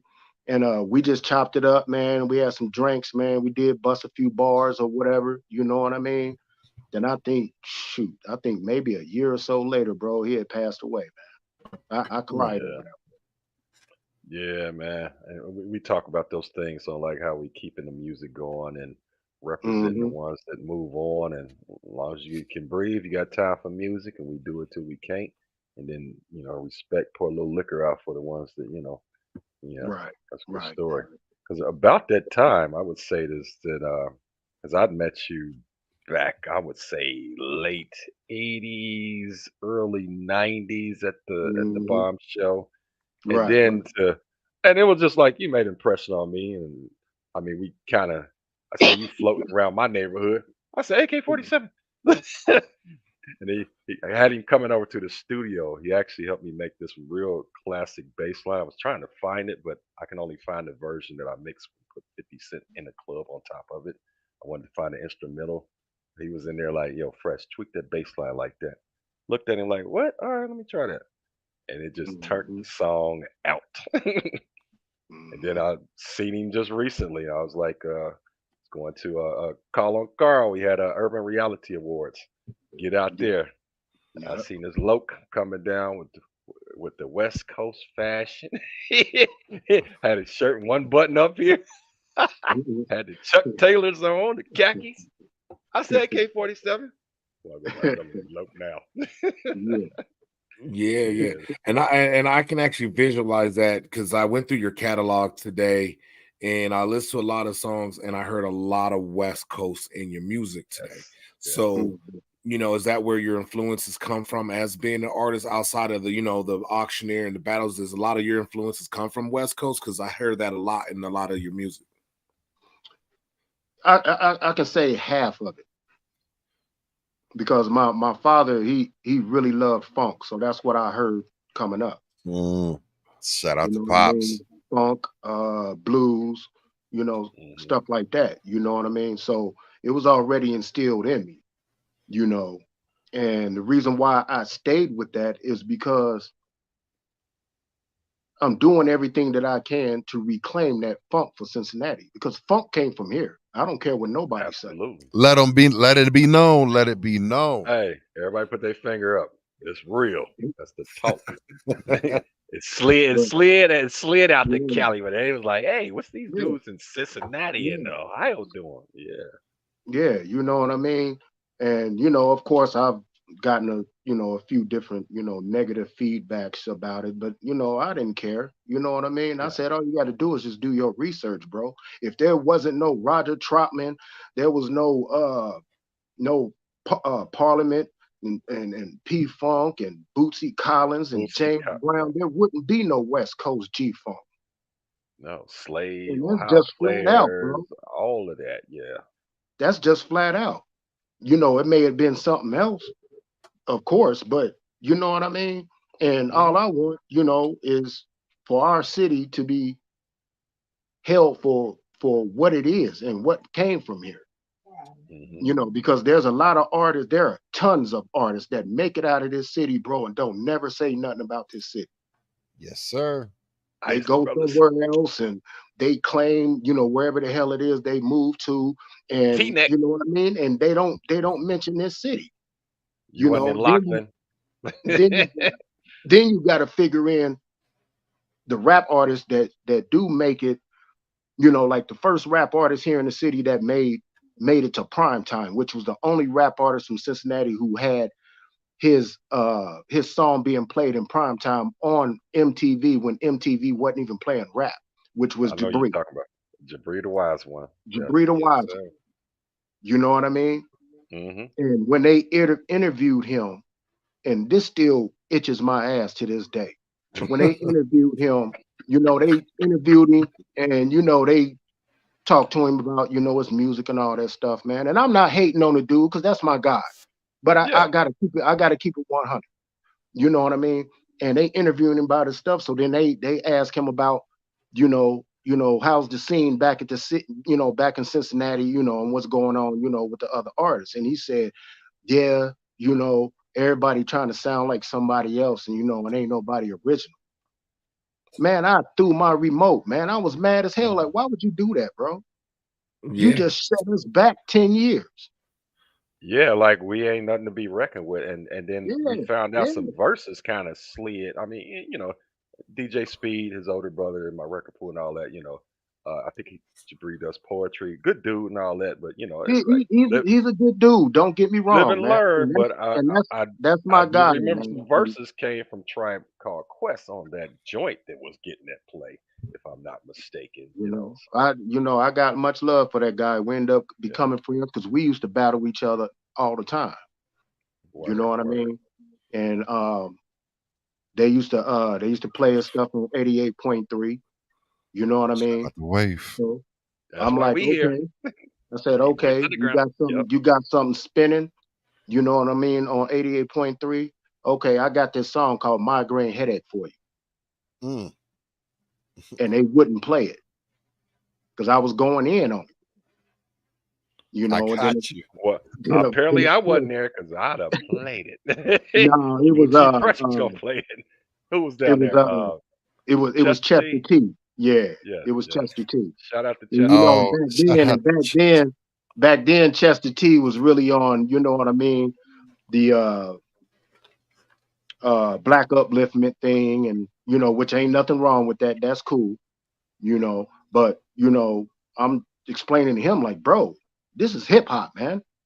Yeah, it's different sides to this. And actually he was the one talking about Chester T was talking about battling and beatboxing and all of that. What y'all down in near Gilbert Avenue. He was actually one of the ones was talking about that, giving you your props on that. So he wasn't playing we used to go at it too, bro. And all that's right, when I had my guy. I had my guy 808 with me. Yes, and he was my beatbox. You know what I mean? And he had this thing. I don't know if y'all remember this.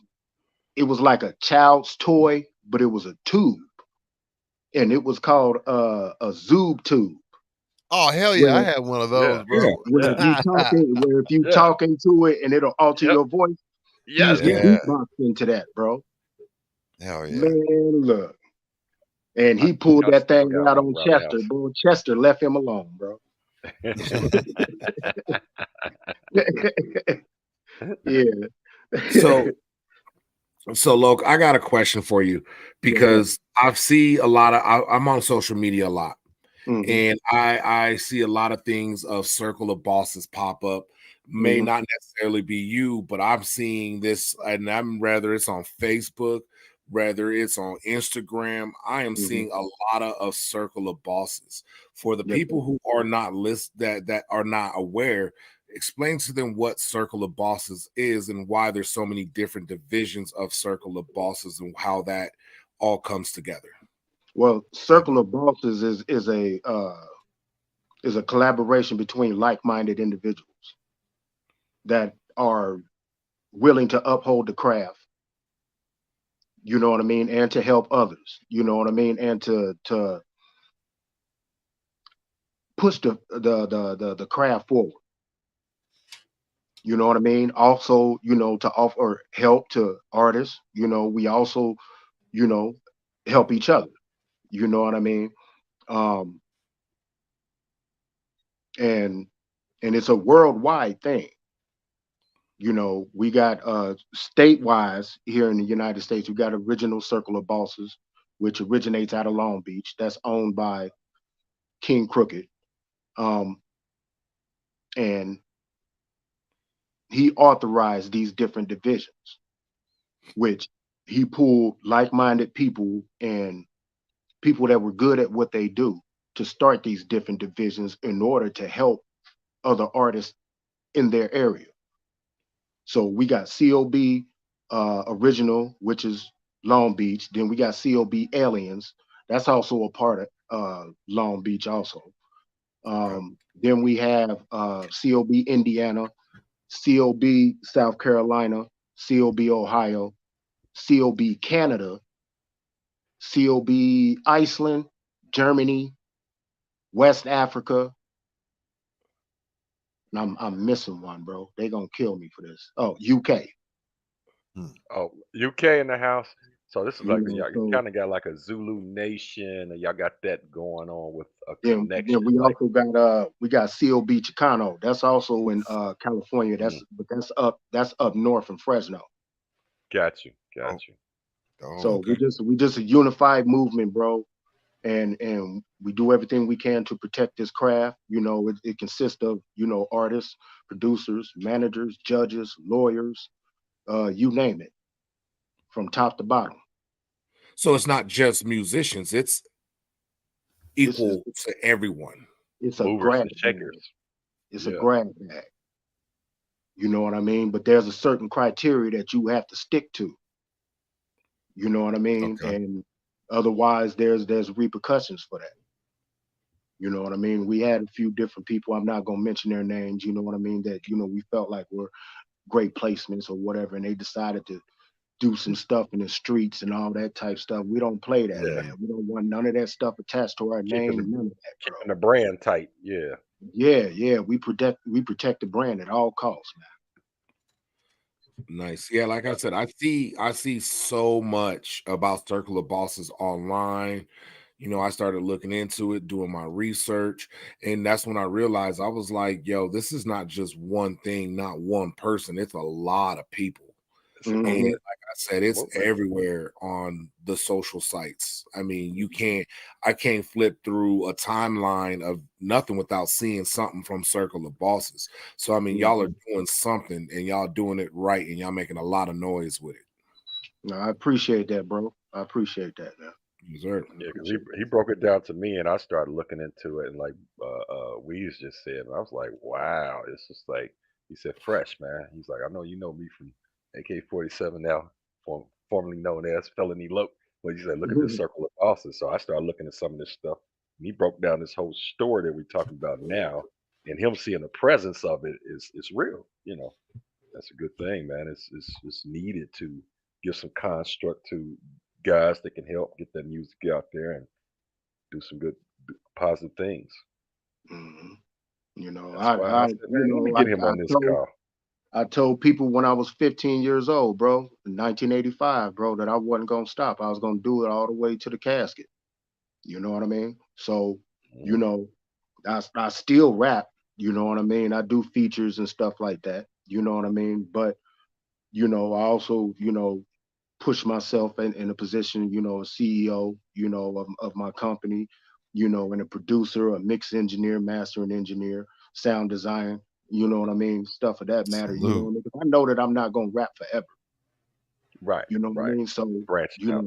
I still able to touch music and you know what I mean, and help build some artists and stuff like that, Hey, music has no age limit. Just keep that in No, mind. it don't, bro. It don't. They can't pigeonhole our hip hop, man. It Like don't. you It don't. see rockers rocking till they drop. So can we. So like it's just uncharted territory. Exactly. So It's when the y'all young putting it, heads that throw that out there, man. like, America eats us young. I mean, eats us I've heard old. over the And the years young like, don't get to oh be old. well, what they call us old heads, like, man, y'all left us hanging and all of this type stuff when it come to the game. No, we didn't. We left a blueprint for you. We left Right. we left 25 years, 30, 50 years worth of Yeah. blueprint for you guys to follow, man. We didn't leave y'all hanging, man. And now hip hop is in the state that it's in today, and it's trash. So is hip hop dead? No, it's not dead. It's just trash.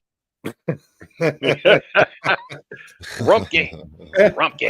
It's just trash, bro. And this is the reason why I say that is because the media focuses the lens on trash. Well, I mean, true. It sells. Not saying that there's no great hip hop out there. It is, man. There's tons of it. And you have to think like, hey, is it that people are too lazy to look? Or is it something happening in the background to where these people that might be fiending for it and looking for it can't find it? Well, that's true. And I'll definitely speak to that because, the blessing and the curse of the streaming, right? And having all these different streaming sites, it delivers like an algorithm, right? Where you can, it directs, like, unless you actually are paying and you still have that marketing budget behind you, it's even harder to get something out, right?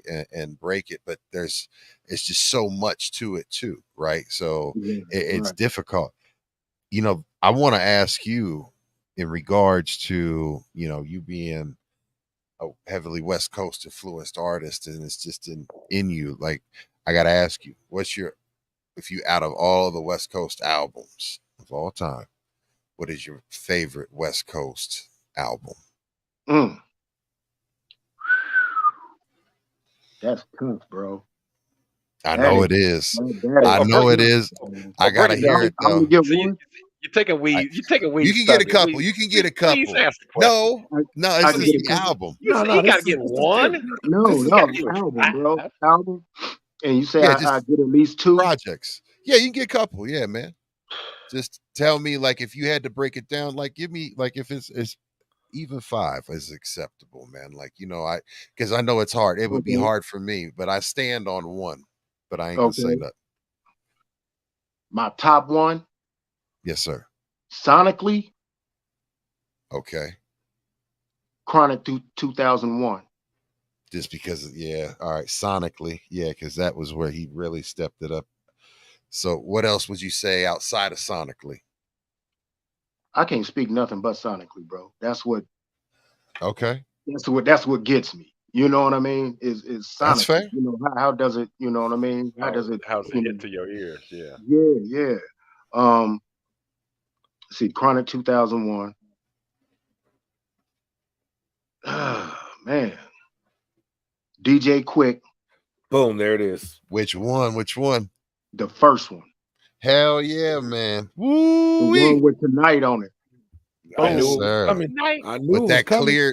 clear sample, man. That Weed's got what he wanted. Yes, DJ Quick. 3 West, that Midwest, all that. Ooh. 3. I have a feeling I know the next one. Gosh.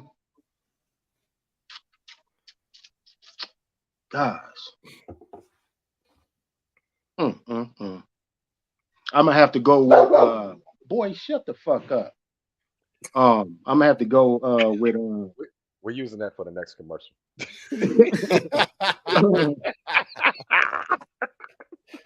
Sound bite. 2001. That King T Act the Fool album. Act the Fool. Woo! Good album. On my ceiling. Produced by that was DJ sonically. DJ Pooh. That's DJ Pooh. That was really fourth good. one would be Exhibit, his first release Yes. album. Boom. Most slept on album of all time. Yeah. Okay, and then my fifth.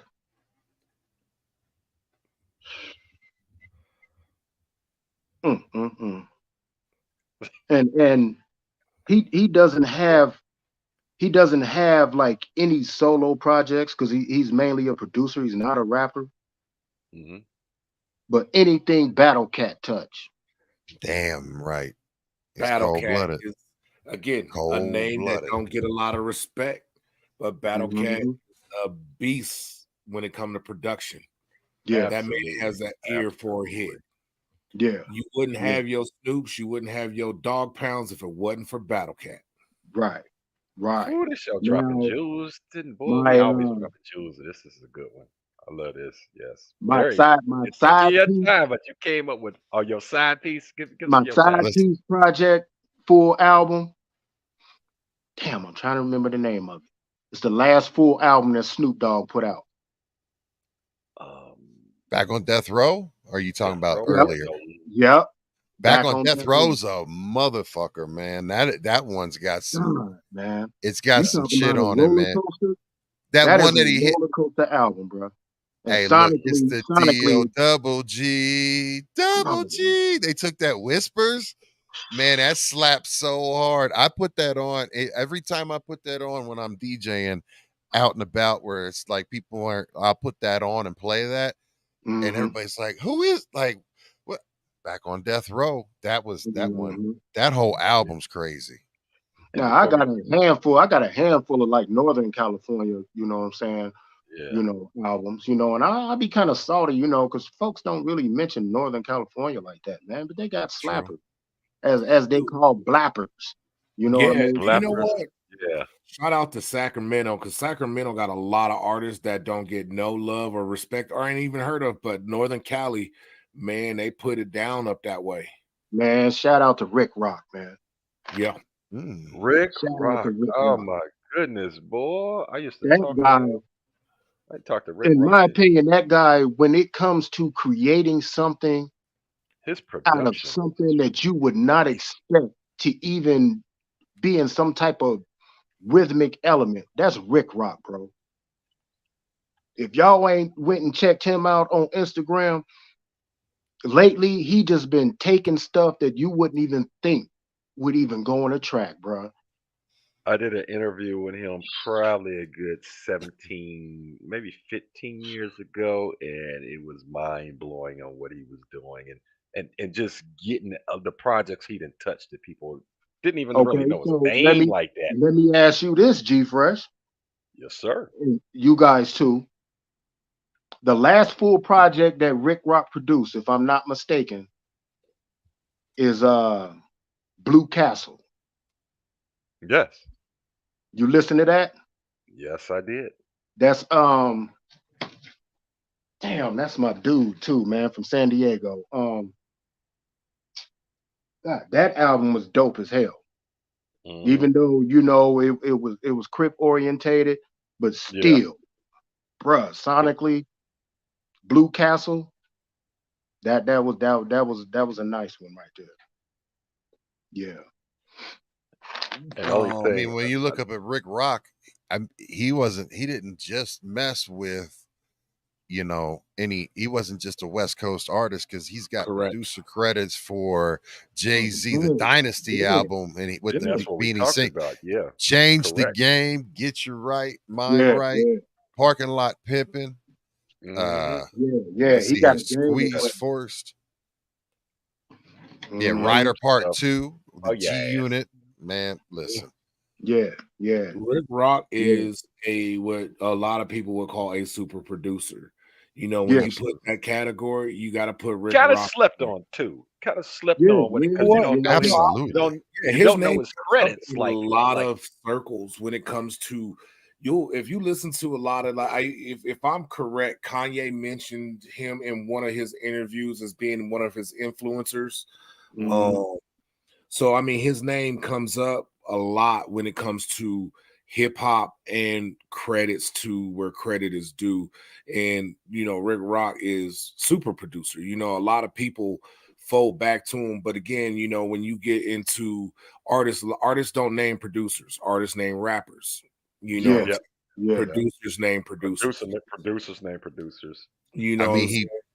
he produced Make It Clap, Buster Rhymes, one of Buster Rhymes, I hmm man, like hmm just some of the stuff that he's been a part of. Yeah, it's a really good artist to Canada pull. Law said Sibo or Cebu. I yeah. never Yeah, could say it. Sebo, Sebo. See, Sebo. Bo. Sebo, man. Yeah, Shout out to me Sebo. and My Sebo brother was in always. the county together, bro.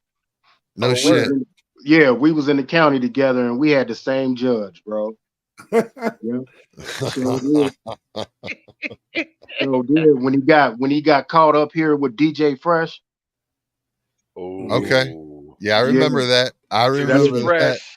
Shout out to yeah, DJ Fresh, but it's G dash Fresh. It's a separation. Want to keep yeah, that clear because I almost I got shot. remember that. yeah. But and when you mention Rick Rock, you also gotta mention EA Ski too, bro.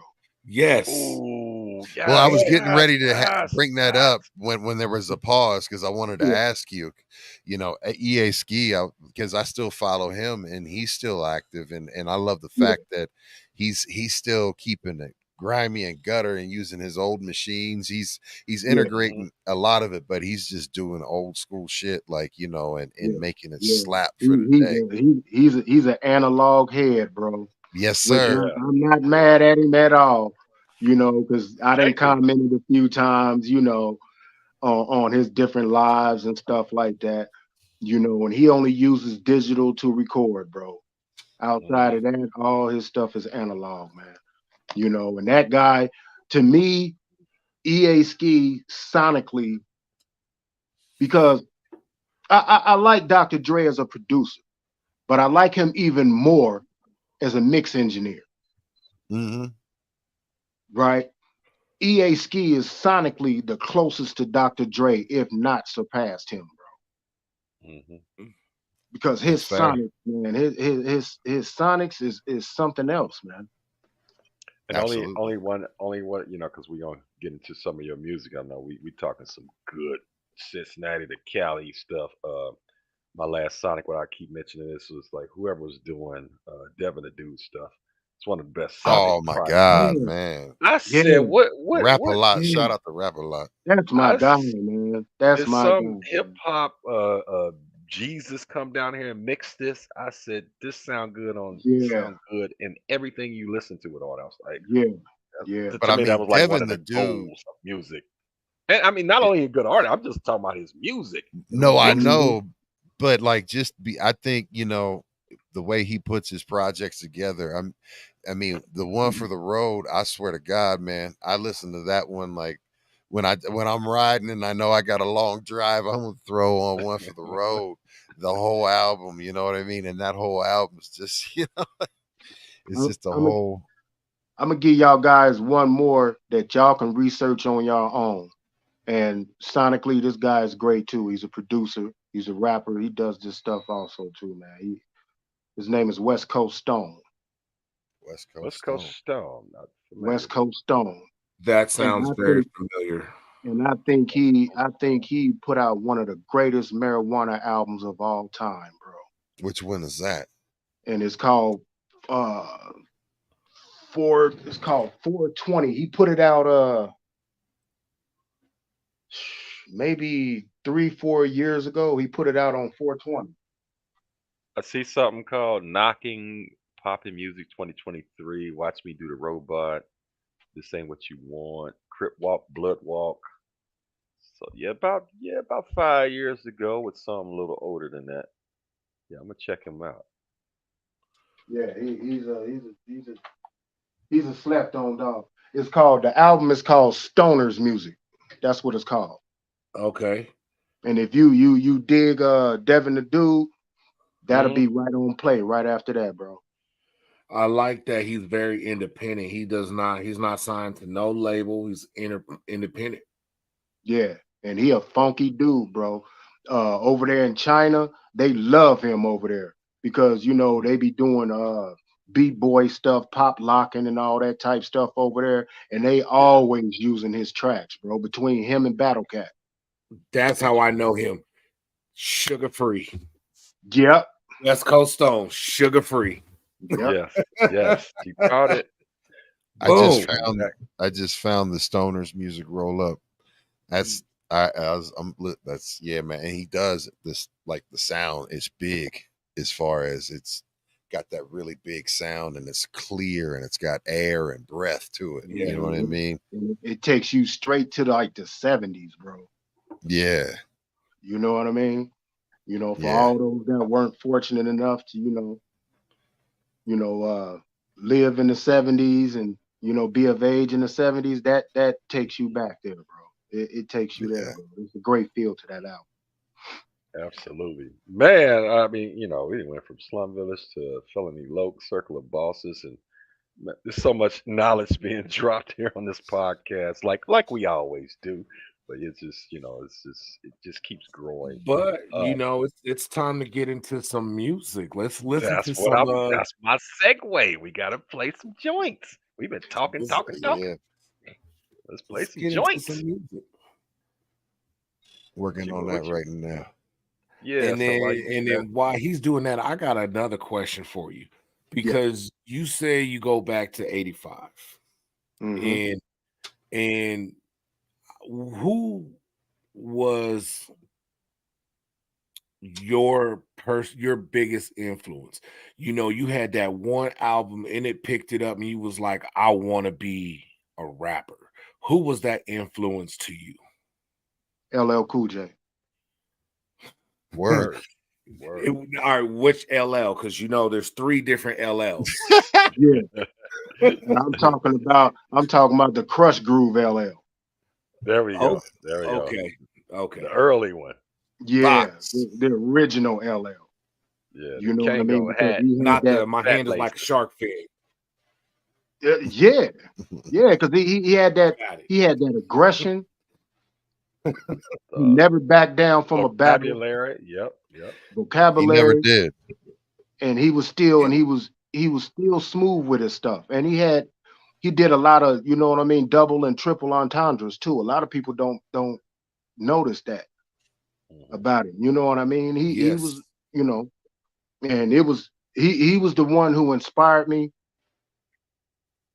The one who inspired me to take care about what I say and how I say it was Rakim. Mm-hmm.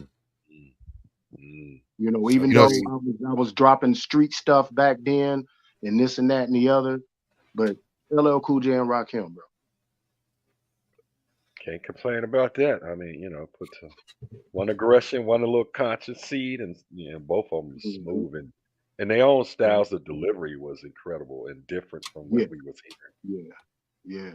It took me a few years to wrap my head around Rakim. Yeah.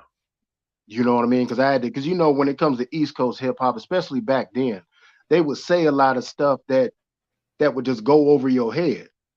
Yeah. And you either have to catch them in an interview or something, and hopefully that they might say something to that nature so you can kind of relate to it or understand it. You know what I mean? Or you just gotta constantly just listen to it until you finally get it. That melodic flow. I was just educating my son on Rakim before the podcast as I was getting ready and stuff like that. And he was asking me about it because we were listening, he's cutting his hair and asking me about him. And I was like, look, they refer to him as the God MC for a reason. So he gets sports. So I was like, he's a first ballot Hall of Famer, first induct. I said, there's no hip hop Hall of Fame, but he's going to be one of the first ones that's going to be inducted in it, you know. And he was like, oh, like, yeah, this is the dude right here that changed a lot of people. Yeah, it's like Michael Jordan looking up to he changed the tempo of music. He changed the flow and everything, bro. Up until that point, you know, hip hop music was kind of fast. Yes, fast. You know what I mean? A little more animated. Wasn't no problem with it. You know what I mean? But once he stepped in, he changed the game with that, bro. You know what I mean? And I seen him in concert. That was the Fresh Fest in either 1988 or 89. It might have been 87, somewhere between there. And I seen him live, bro, and he came up in that pyramid, bro, and he did not move, and he just spit bars, bro. That blew my mind right there. No dancing, just holding the mic and no dancing, just holding the mic, man, and going at it, bro. I said, and everybody knew all the words. Yep. You know, I was the thing that that blows my mind is his way he writes his rhymes with the dots.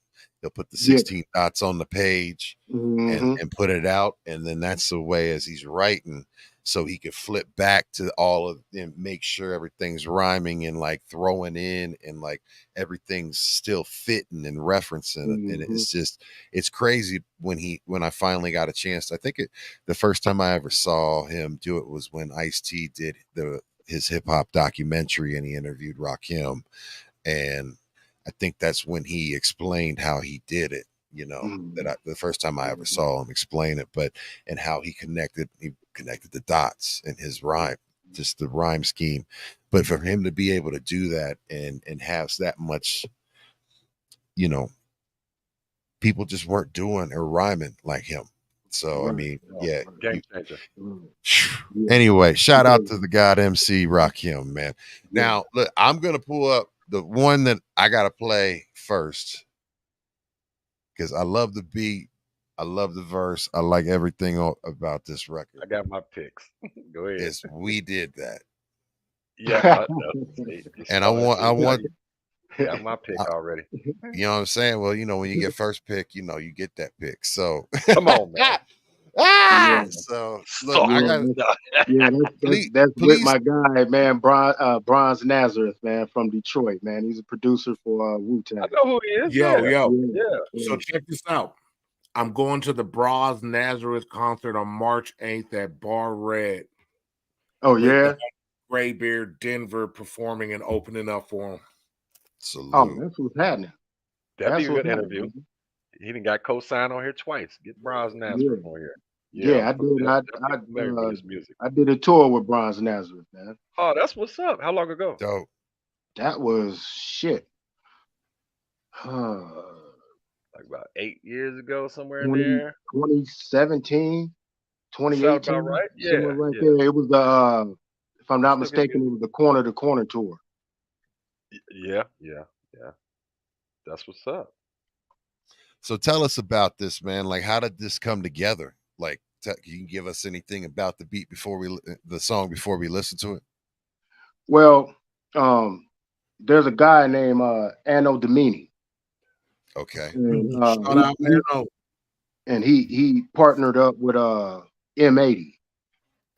He's an A&R guy. He's from I think M80's from Toledo.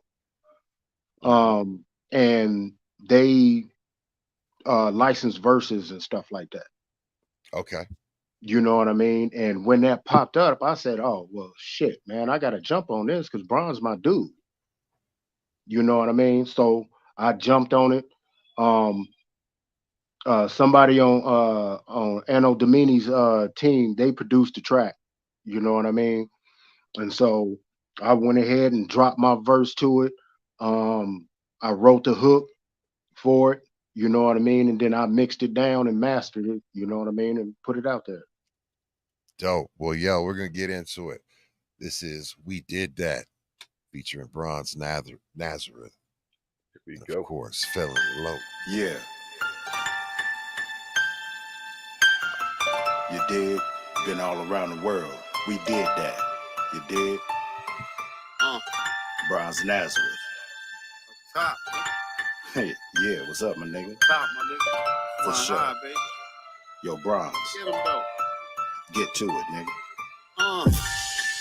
Flying high in the friendly sky. Warp zone traveler, I pull up on the cloud, twisted right. Zip sideways, I'm amazed by varying ways. Ceramic bus strays, vacays, with the jail stays, the island getaways. I left some behind, they were stuck in the cage of their brains. I couldn't lift them, baby, it was written that they strayed. Shooter wrote bars behind bars for a decade. Couldn't reach the tech he paid. Sidestep and dance to the crime serenade. If your barrel display, nigga, yeah, that shit better bang. I watch these niggas Swiss cheese your left frame. Versus get cut with that fentanyl flame. I went in all lanes, took that. Glass pot thoughts had me cook that. Scream queen, pull her hair till she look back. I move across the board to get my own work back. Yeah, we did that. Hip hop, we spit that. Been around the world, the globe, we spin that. Get ready for the kickback. You only wish you could. We did that. Hip hop, we spit that. Been around the world, the globe, we spin that. Get ready for the kickback. You only wish you Staring at could. my loose leaf, wondering where to begin. I take another puff of this bomb weed, then I chase it within. Thumbing through these pages, but all of them blank. As I reach for the volume, put the beat on crank. Damn, this weed dank. Checking my canister, I need to hit the weed bank. Because I'm low on the tank, I bake these bars, scrape them out the Pyrex. Serve them like appetizers, I strike, feel like parallax. Sharper than a pair of tacks, the Bronze and the low. Serving all the dope with no antidote, bringing the smoke. A full 28 with the bag and no scale. Bars of bud, fresh off the bell. Watch the choke on the exhale. The beat is hitting like a hot box. Cruising through these hot blocks of the city, a little something for your slot box. Yeah, the shit knock, shut your mouth. When MCs are speaking, you can leave or shut your mouth, nigga. Yeah, we did that. Hip hop, we spit that. Been around the world, the globe, we spin that. Get ready for the kickback. You only wish you could. We did that. Hip hop, we spit that. Been around the world, the globe, we spin that. Get ready for the kickback. You only wish you could.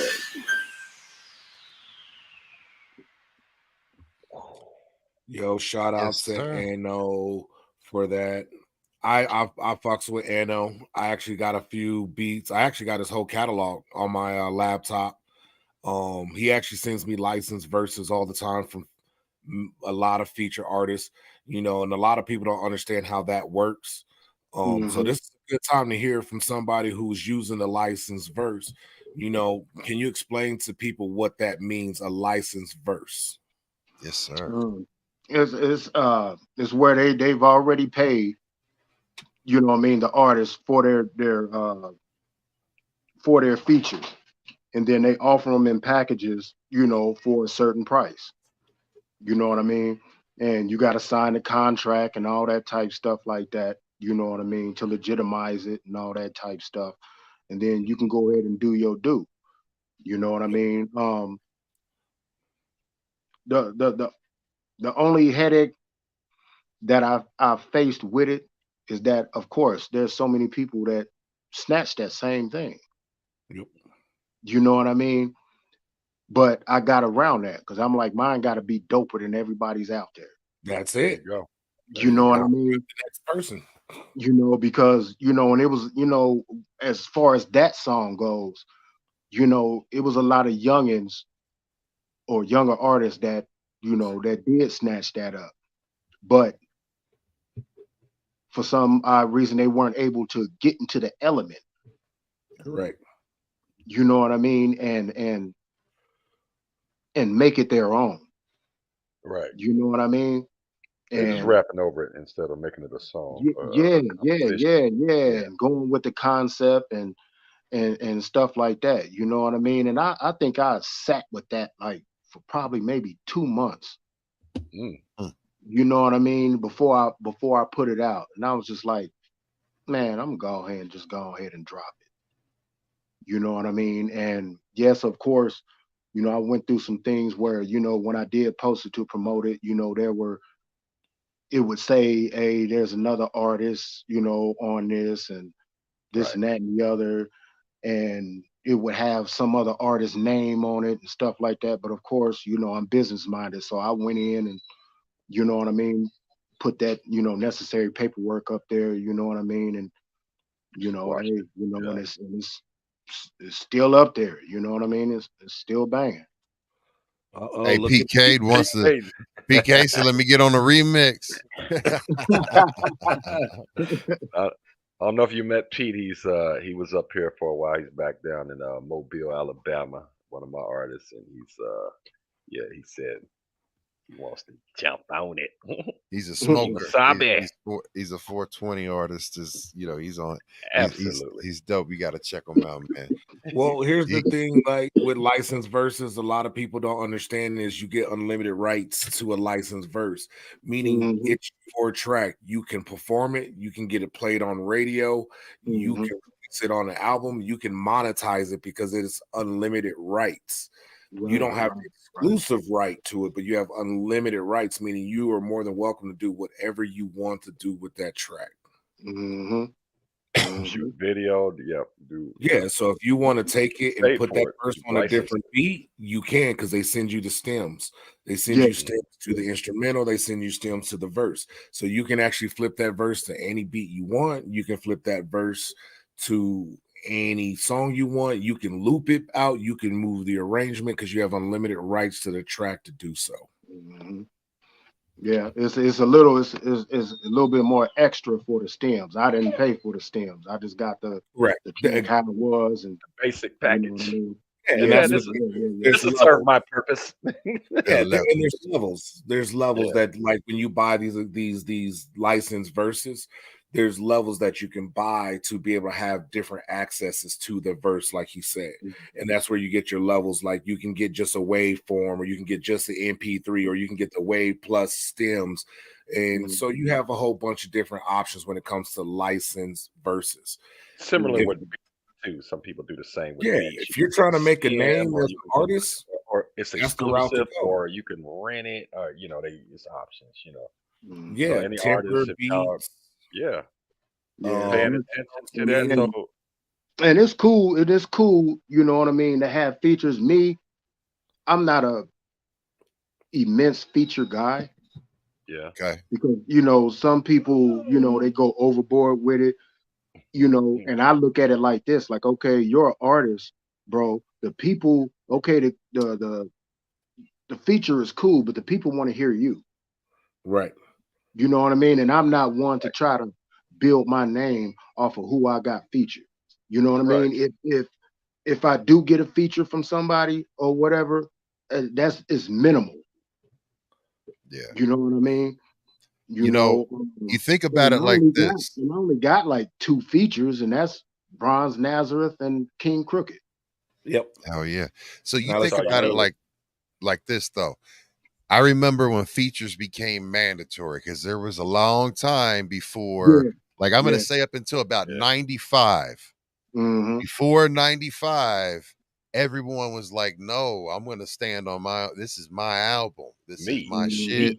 And like they would give you a whole album, no features, no nothing. But it was like, man, right around 95, it started to become such a thing where by the end of the 90s, like your album wasn't shit if you didn't have a feature on it. Right. You know what I mean? Right. Everybody Not only expected artists, you to but have a collab. producers too. You had to have Yeah. a feature producer, and that was label. That was labels putting a stank in the pot instead of letting the artists be Mhm. the artists. They was Forcing- cheating the game. Yeah, but I mean, Right. some of them was good, but I mean, like he said, artists need to stand on their own.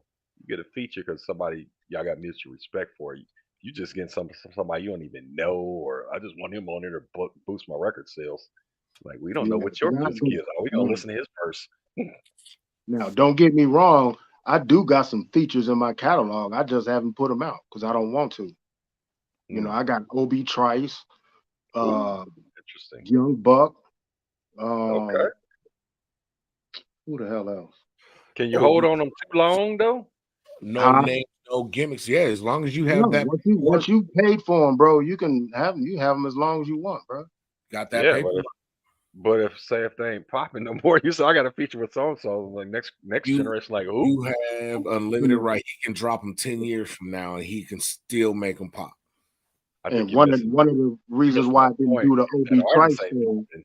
is because Obi Trice went at it with Anno Domini and stuff like that over his, his feature and all that type stuff. And I didn't really like the feature because it was short as hell. It wasn't even full 8 bars. Right. You know what I mean? So I didn't, you know what I mean? And then, with the Young Buck thing, I wanted to do that because that track that Young Buck was on, man, that was so solid. But during that period of time, Young Buck was going through his thing, with the hotel thing and all of that.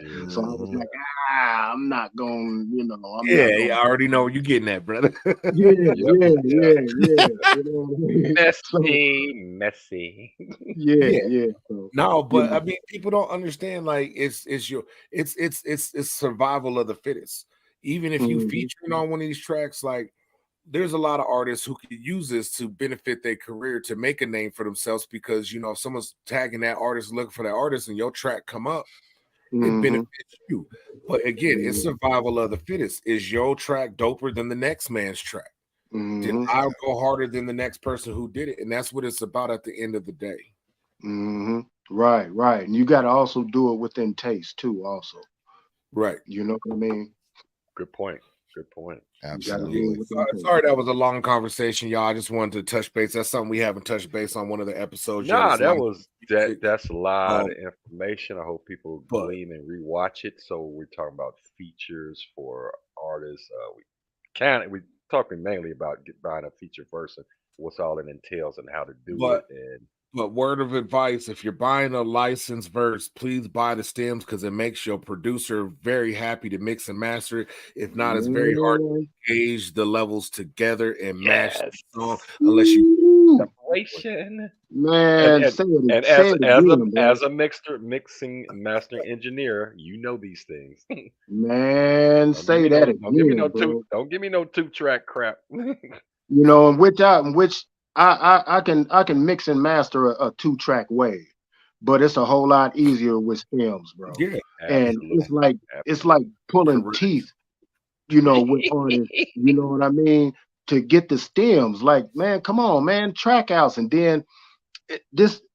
I don't mean to drag this on, bro, but I have to say this. I have to say this, bro. It's a good point. This irritates me, man. people are so hung up on what DAW you use to Oh yeah, process say your that. projects. You understand what I'm saying? Yeah. And I'm like, because I got turned down for a lot of mix jobs and mastering jobs because I don't use Pro Tools. Oh, that's the sexy thing to use. I I don't use use it I either. use Reasons. I use Reasons 12. Oh, okay. And I've been using Reasons since 2001.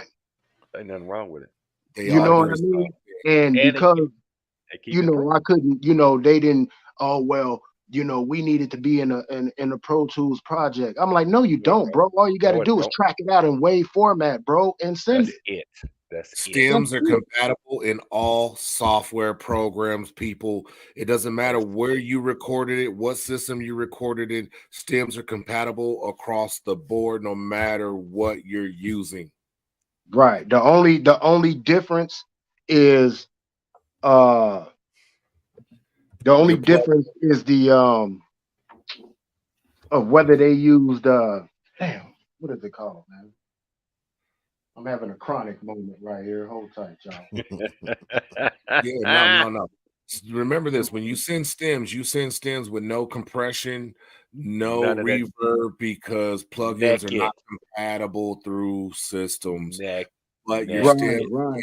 a And it has transfer. to do with whether they did it in Cakewalk. 44,100 or if they did it in Your hurt. 48,000 or Your hurt. 98 and all that. And yeah. That's the only difference. You know what I mean? They might send it to you in 48,000. Now let's Yep. I'm gonna touch that real quick because And as you'll a have to bounce it down. Yes. I'm gonna You touch know that what I real mean? quick. As a producer, please make sure you are recording in 48. That is optimal volume to record it, especially if you're trying to make a radio hit. Please record in 48 hertz. Do not do anything less.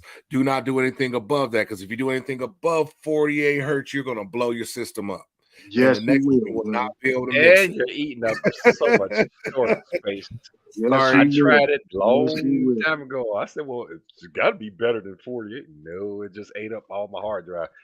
And Yeah, then 48. I had to it'll redo it. kill your CPU. And I run an i7, bro.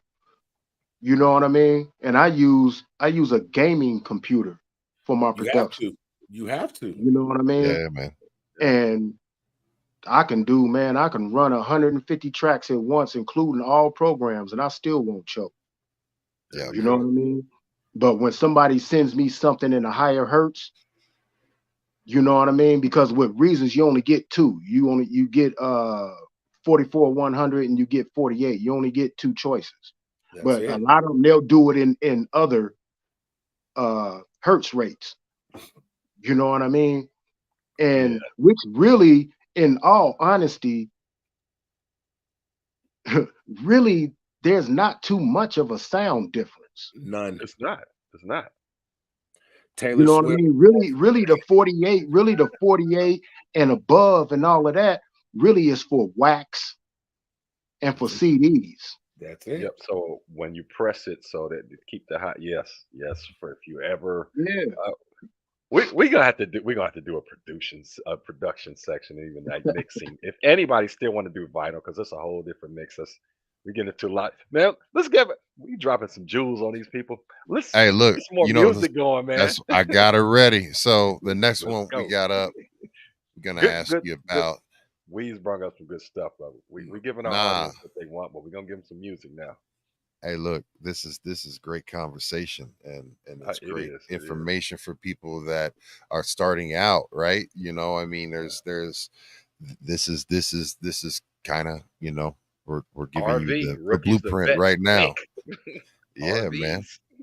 There's something to learn. So with this one, you mentioned that you had the collaboration with King Crooked. Tell us about how this one came about. Ugly as it gets. Well, that's a one verse shot. Yep. And there was a guy over in the UK that tried to bait me into some online beef. You know what I mean? And I mean, he went on a tirade, man, for like 2 weeks, bro. He was dogging me left and right, all kind of stuff. And I never responded to the dude. You know what I mean? But he irritated me. I said, all right, I'm just gonna drop a one verse shot and call it ugly as it gets. And there you have it. All right. Well, here it is. Boom. First saved message. Yo, what's up? What's up, my cop? It's Crooked. COB. Right now, I need everybody to put their seatbelt on. We got to journey through the memoirs of a rider. You know what I'm saying? Because my dude, he lives the type of life that there's movies about, but it ain't no fiction. Based on a true story, you feel me? It ain't even reality TV, because that's artificial, and this art is official. You hear me? Memoirs of a rider. This ain't no misdemeanor. It's felony. Good? This is the Click the Gang. May you whack mumble rappers burn in hell. I'll be the one that'll shove you to the lake of fire and crank up the heat till you all expire. The game is in dire need of dope MCs to be in the spotlight. COB is the answer and solution. If real dope is what you need, well here it is. Drop bars, exit stays left, drop mic. Now where's the illusion? Minus the magic tricks, I get savage with the bars that you sit back and imagine it. I appear to your ear like a scratch and sniff, plus the wax that I'm scratching with beats and bars that I match it with. Catch my drift? We don't spit average shit, we do damage, bitch. Living sicker than the arsenic taken on the daily average, with your bitch sucking on something longer than the average length. Ain't that some shit, boy? I had to pull out the bars. Haters talk shit, I had to pull out the stars. They know the logo from afar. Please believe they know who we are. Ha.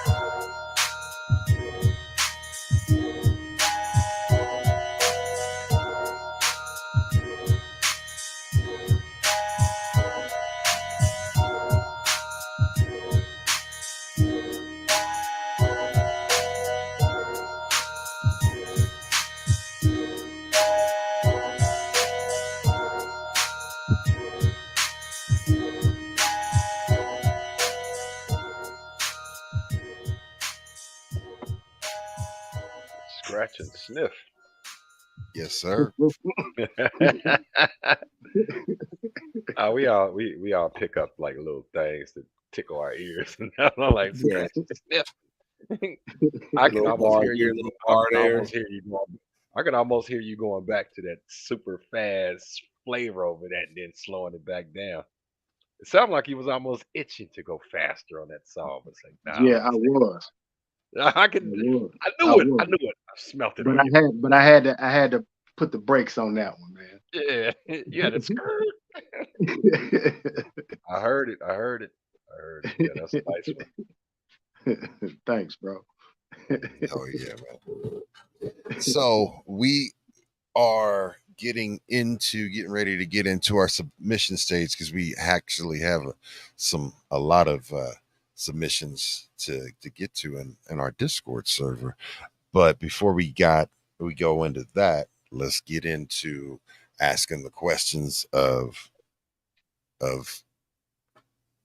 with Felony Loc, man. Like, go ahead, Weez. It's time, man.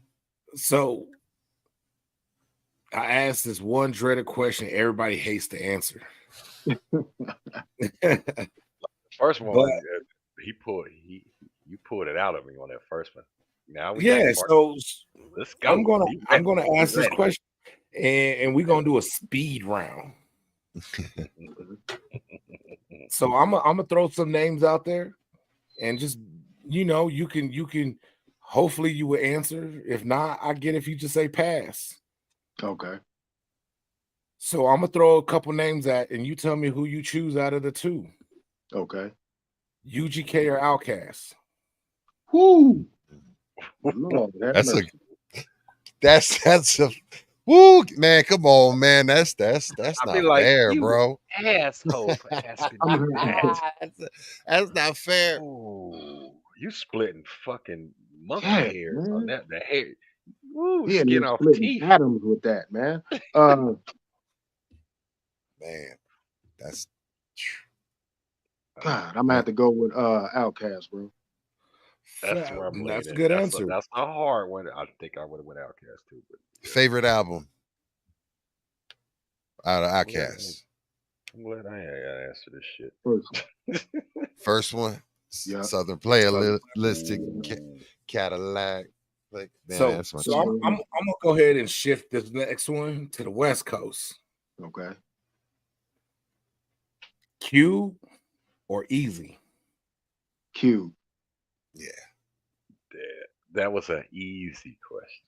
Even though, no disrespect. It depends. I've gotten a lot of easies out of that one. Have you? I have. But they say they saying Easy, but they forgot who wrote Easy Mind. Right. Ice Cube, write some rhymes. That I say. I had to throw that in there because that's a trick question. All right, and we'll go one final one. And Kendrick or J. Cole? Hey. I hate to be in your hot seat right now. Man. Oh man. I got my answer, but that's Kendrick. Ooh. King Kendrick. Have to go with Kendrick on that one, bro. There's no wrong choice in that, though. No, no wrong choices because I like J. Cole because he's a humble dude. Yes. And that guy, he's well grounded, man, and he's not what most of the industry is on. Correct. You know what I mean? Agree. Yes, sir. Even though he's a multi-millionaire or whatever, bro, he don't carry himself like that. He's a genuine dude. You know what I mean? And those type of people are the type of people that I gravitate towards when it comes to dealing with people in the industry. I can't stand dealing with people that wear their finances on their sleeve, bro, and think that you're supposed to just go down to them because of the amount of money they have, bro. I'll cuss you out. Hell yeah. Hell yeah. I don't like that, man. I can't stand that shit, bro. I deal with people when it comes to what type of person you are. You know what I mean? Yes, sir. I ask these questions because it's all personal preference, and everybody has their own each. Not dissing the next artist, saying that artist is horrible than the other. It's just who do you prefer? Like if you had a choice to listen to one or the other, who was you listening to? So I respect your answers on that. Yeah, opinions. I mean, I like just the fact that you asked such a good question and his deliberation was real, and we all felt it like, ooh, it was an instant, ooh, that's a good. I mean, Outkast and UGK, my God, like, you know what I mean? Like, I had to do something different this week. I wanted to do something different. I like that. That was all because I already asked him about his influences, and we kind of touched on albums, and he frozen too, by the way. So why? There it is. It's just something different. But hey, let's take this. It's pulling it out of them. I mean, it's giving their artistry and their appreciation and who they listen to, and that was dope, man. I like that one. I was sitting there cringing, like, God, I don't want to be asked this question. And then you got to answer it, but it's still like you can't go wrong with the answer. Oh yeah, I'm gonna be honest. If you ask me the question, I'm gonna be honest. Don't ask me why, because then I got to be brutally honest. I'm not asking the whys to nobody because that's not what we about as a show. To know why you dislike someone, why you like someone. It's just who do you prefer. Yeah, I don't mind you telling me your preference. You might have a personal story. I'm like, you never know. Like, I worked with this artist one time. Right. I had a niece. I had an aunt that he ran a train on. I mean, it could be any something crazy. Damn. Who knows? I've heard some stories why somebody don't like somebody, and it was deep. Yeah. I was like, ooh. They ran a train on my mama. Like some information you didn't want to know, but that's what they said. I don't like him because he hung up on me one time. I'm like, no. Like he mentioned the name earlier in his segment that I don't mess with, and that's only because that person made a diss track about me. Ooh. What's up, Shelly? Thanks for tuning in. We ain't giving them no shine. We ain't giving them shine, so we ain't gonna talk about that. No shine show, no shine. Oh, he don't need it. He one of the most highest paid underground artists ever. So I mean, it is what it is. But hey, I was special enough to get a diss track though. Well, But Hey, you know what? It's promotion. You talk about special and feeling special. Man, there's one way to get, you know what I mean? Hook it up. Hook The it up. most special experience that you can have from customer service when you deal with Colorado Print Press. Yes, they're the sponsors of today's show. So salute to them. You can check out all of their services. They have anything and everything that you can do with any type of printing services, from garments, from promotional materials, from all of those different things for all your printing prerequisites. Custom printing, we do it right. A full administrating printing background. So for real, like they are dope to deal with. Anything that you need, you can get it done here. And it doesn't matter if you're not in Colorado. You could be in North Kakalaka, you could be in London, you can be in New Zealand. It doesn't matter. They can do business with you. So please, by all means, they support us, which gives you all of this dope content. Please check them out and give them a thought the next time that you are looking for any printing services whatsoever. It's Colorado Print Press. So And check what's the them promo out. code? B-Boys Underground. Get And that you know discount. what? We're using them ourselves, so they've already done our work, and we want y'all to experience the same professionalism that we are getting. So on print pressing, use them. Oh, we got Felony Loc back. Yeah, my phone died, bro. You No good, worries. brother? So what we doing right Yeah. now, Lo, is we get into what we call our submissions for the show. So every week people send us stuff to play live on the air while we have our special guest, which is yourself. So you get to tune into the stylings and listening to from beat makers to artists and get to hear some of the new stuff out there. Hopefully you like it and maybe you want to collab with them. Okay, cool. And even when you're not on, you can get on that Discord server yourself and submit stuff. Like you got something new, you ain't necessarily gonna be on our show. You can send it there, and we will. Hey, we got one from Felony Loc, Circle of Bosses. We'll put it on. Okay, Show cool, love, get cool, love. cool. There we go. Hell yeah. So the first submission that we got is from Fresh, and this is the Trying to Buy Weed song. Oh, I was trying to get that on the. I was trying to get that on the smoke song. I don't even smoke no more. But there we go. You gotta put that on the other Discord server. I Well, would explain it. you can share. You can share. You can share. I got you.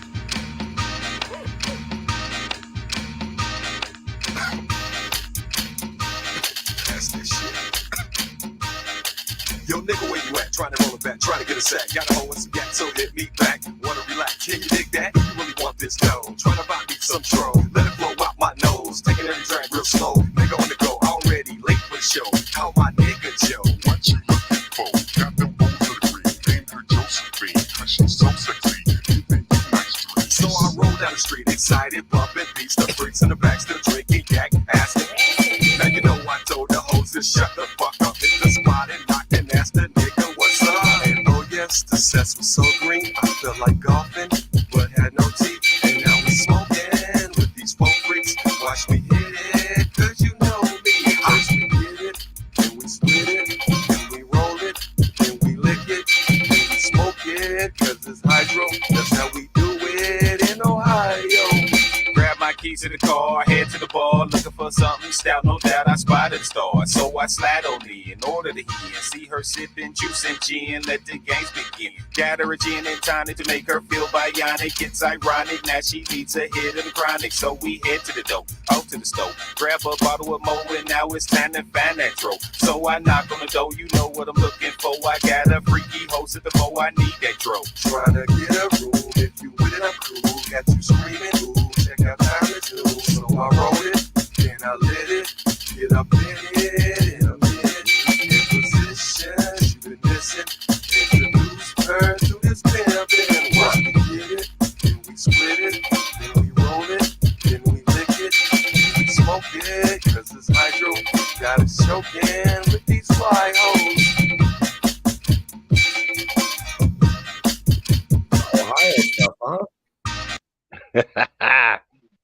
Yeah, that's me and my younger brother. We did that a while ago. We was doing our little speed up But it started off with like, you calling your weed dude and dope, man, I ain't got nothing yet. I'm like, is you the weed dude or not, man? You better have it when we need it. We got these 4 freaks.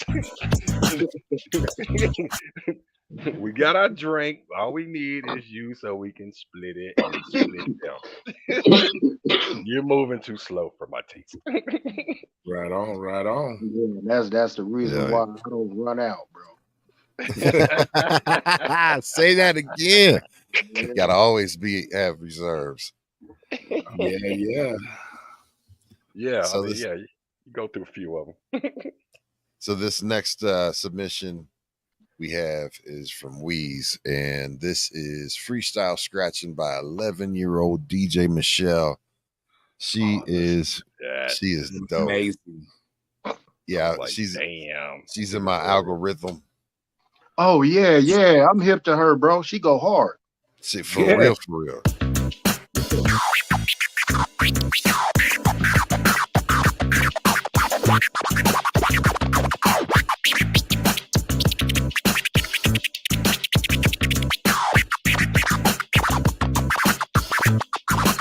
Prodigy.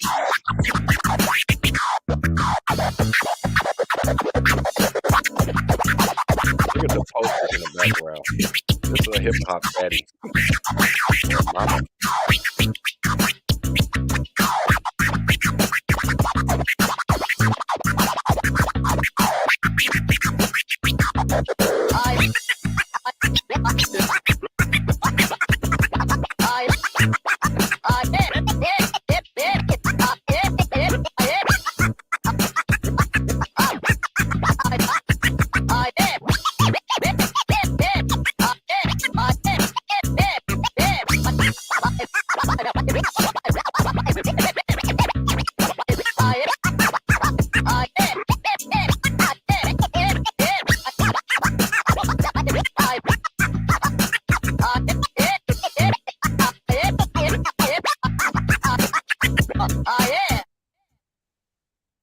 Yeah, she go hard, bro.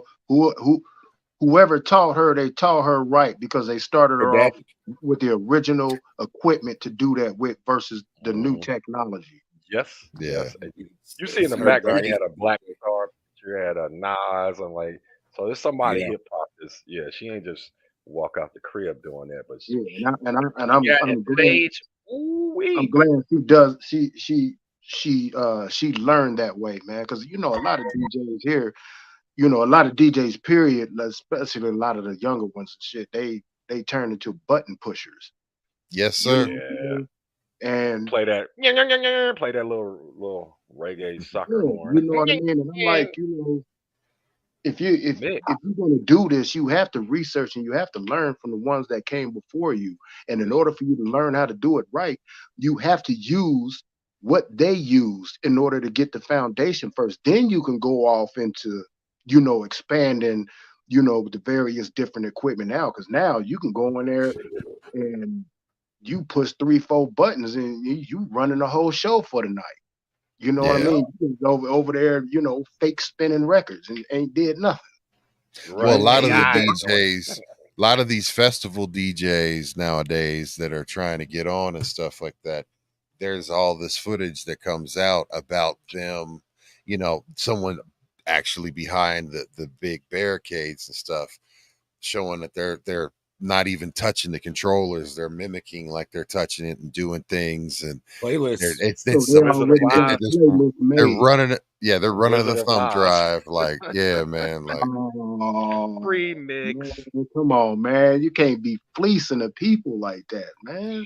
And straight up in front of like crowds of thousands of people with people jumping and going hard, and they're just sitting there like, yeah, like not even touching the equipment. So And then that leaves this question: did they actually do it? Yeah, well, true. They have a it might be a trained monkey or somebody else doing it that I'm gonna take the credit and I'm gonna pay you I'm gonna give you a fifth of what I make and you do the mixes and I'm gonna be the face. It's just pre-recorded. They do the mix at home and then they just come play it like they do it. That's all it is. It's just a pre-recorded mix. Yes, sir. Something about that live mix, but I mean, I've been on both sides. I understand that as well of pre-recording and I mean, I can avoiding understand technical if difficulties. I've I seen can that happen. understand if you did that, you know, in consideration to the certain situation that you might be in or something, and you might have to do Right. that. But you know, because I tried my hand at when when we say hip hop, bro, I tried my hand at everything that involved hip hop, bro. So I went through the DJing, the b-boying, the graffiti, you know, because I learned at a young age that there's five elements to hip hop. There's the b-boy, there's the DJ, there's a graffiti artist, there's the MC, and then there's self. Yes, sir. Do you know what I mean? So, you know, when I see somebody like, you know, the young homegirl, you know, doing her thing, bro, that inspires me, and I'm not even a DJ. Yeah. That lets me know that she took her time with whoever was teaching her, and she learned the fundamentals, bro.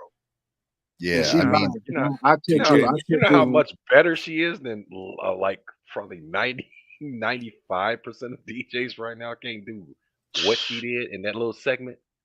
Man, it's her, because I catch her on Instagram, and then there's I think they two sisters that be on Instagram. DJing, and they double team the turntables, bro. They go hard too. I can't remember their name though. Damn. There's some young twin cats that, man, there's so many dope DJs that I'm following on Instagram, like DJ Ricardo R3. He's a cat over in Spain. Yeah. He goes, I mean, he's amazing. You know what I mean? Hip hop is in, and Livia's cold. But hip hop's in such a great place as far as other elements, and it's a great time to be a DJ because the technology that, like the turntables that she was using, those are the brand new pioneers that, you know, because I have phase, so I got phase and I like my Serato needles, right? But there's my phase hookups, but I haven't used these things, and I don't know. Them needles is dope. I seen when Jazzy Jeff broke them out. Yeah, man. They're dope. I said, oh, them is slick. Yeah, man. And they, you know, you put them on top of a record, or I have like specialized clear patterns. But the thing about it, all of these different technologies, right? Well, that is now integrated. That turntable is a hybrid. So it actually has a tone arm. It can play records. You can scratch on it with that.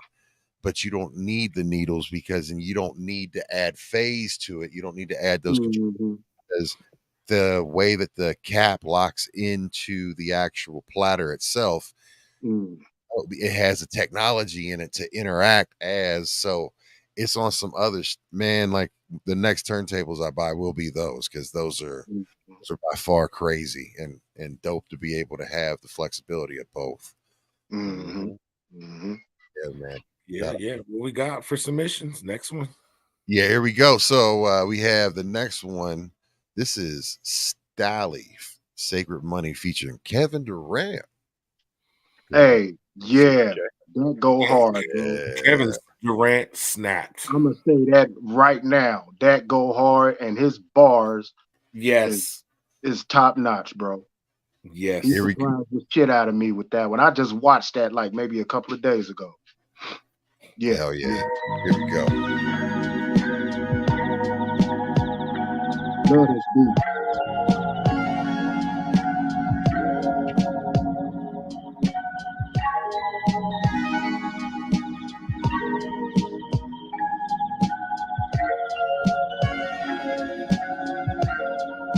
Yeah. The money that was made couldn't be scared money. I had no one to put up the bread for me. It's hot on the block, still milking change from it. If it ain't about the guap, I stay away from it. I ain't a stoner, but I smoke a little bit. Relieve the stress when I roll up the spliff. We've been the corners from whenever the wind. Spin the block, then we at it again. The hustle don't stop, this round the clock here. When it comes to getting paper, we denounce fear. I know that's a big word, very cavalier. Big wheels on the curb, we park it right there. Spark the tree in front of NYPD. It's legal now, fuck they gon' do to me. On my hip of 1 to 3, I ain't risking my life. Plotting and scheming, these cowards wishing I hide. I'm outside, middle of summer, chain sparking like the 4th of July. Parking lot look like the DuPont, a fortunate guy. My fortune the size of Scrooge McDuck. I'm swimming in women, I'm lapping it up like the girls in the back of the Rolls Royce truck. The money that was made couldn't be scared money. I had no one to put up the bread for me. It's hot on the block, still milking change from it. If it ain't about the guap, I stay away from it. I ain't a stoner, but I smoke a little bit. Relieve the stress when I roll up the spliff. We've been the corners from whenever the wind. Spin the block, then we at it again. Hey yo, look, rest in peace to Barbara Davis. We hit another layer. When she speak to me, it's like she's saying prayers. I feel like Randy Moss when he was on the Raiders. Man, they love the haters. This woman so fine, I give her cash payments. Baby, I'm just so glued to the basics. I wanted more rooms, so I copped the crib sitting adjacent. In this whole world, I'm Freddie Jason. I'm sitting in the places of great but never complacent. Yeah, baby, I'm a stoner. Yeah, I took that long walk up the hill that made me alone. And nah, baby, I don't like being humble. I hang with mongrels. Gotta pay attention. There's a God sitting amongst you, and you know it. The money that was made couldn't be scared money. I had no one to put up the bread for me. It's hot on the block, still milking change from it. If it ain't about the guap, I stay away from it. I ain't a stoner, but I smoke a little bit. Relieve the stress when I roll up the spliff. We've been the corners from whenever the wind. Spin the block, then we at it again.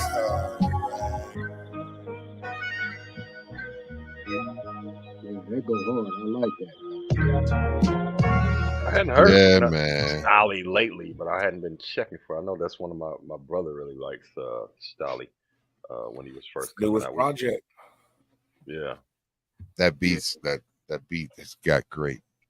Just man, I listened to it and Kevin Durant's flow surprised me, so I was like, hell yeah. That. It was a great flow. He stayed in that pocket too. Yeah, he didn't. He went out like, hey, I'm gonna spit some, like he elevated himself right up there to Shaq level. yeah. Conversational on point. Yeah, because it's been a lot of the b-ballers that try to step into that arena, bro, and it just don't be it. You know what I mean? Hey, I got some. I got Allen Iverson's record. I had I didn't never Kobe's listen record. to that, bro. I didn't know he had one. Jules. Chris Webber. Is it all right? No. They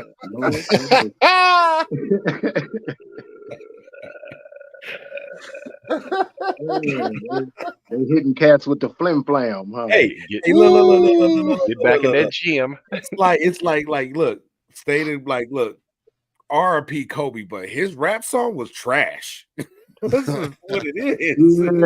Yeah. That song with Tyra Banks. I found it is what it is. It was on Columbia Records too. They had no Oh, artists trying to get on Columbia Records, and he come out with that trash on Columbia Records. Hey, stay in the gym, bro. Yeah. But I like what he did on that though, man, because he like you said, he stayed in the pocket, man. Yeah. You know what I mean? He did. He didn't try to, sound like nobody else. He sounded like himself. It sounded almost conversational, just like a little bit, Yeah. And it matched the music. It was a good little flow. I felt that what's homeboy name? The first guy? Stolly.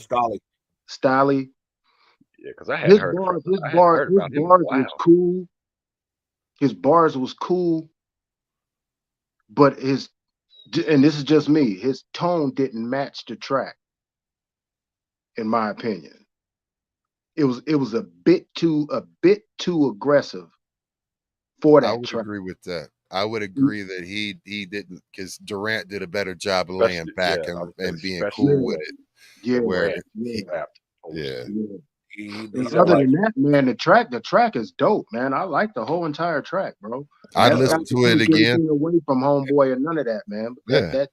That's dope, bro. Yeah, man. Shout out to them. Next? So we got Stone Shock. This next one is from Pan Badass out of New Zealand, and his cousin. We are going to be having a guest on upcoming episode of B-Boys Underground as well. He's a Jack Kellen. He is a dope MC. He's a New Zealand cat, but this one is a completely different group. This is something that Pan's putting in. This is some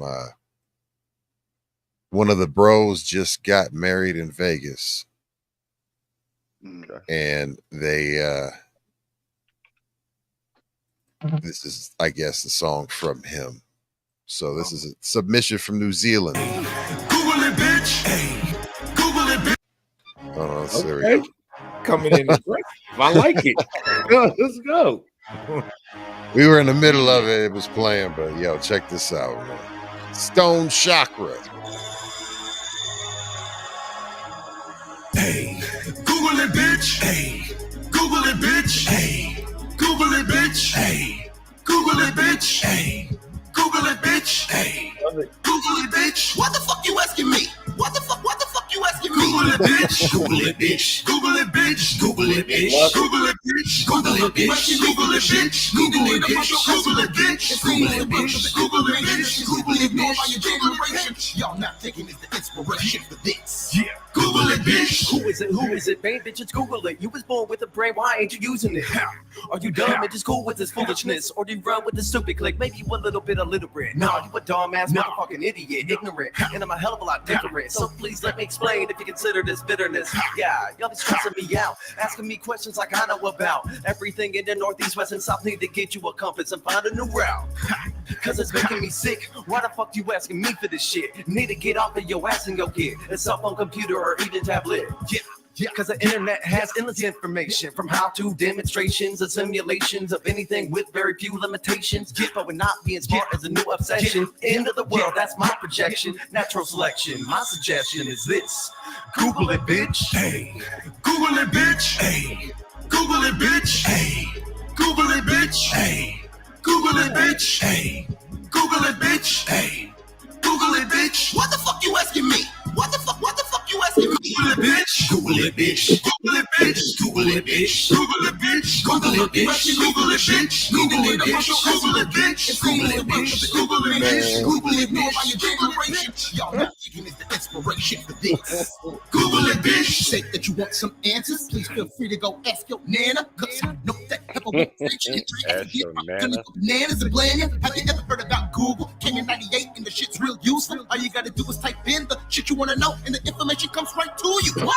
This is what I'm saying, you dumb ass bitch. All you gotta do is type that shit. If you really wanna know, it's not an obstacle. It's so easy, but you think it's impossible. Motherfucker, I'm not that smart. A little less lazy with a lot more heart. Many different wordplay, making all the birds sway. This is what the girls say. I want them in the worst way.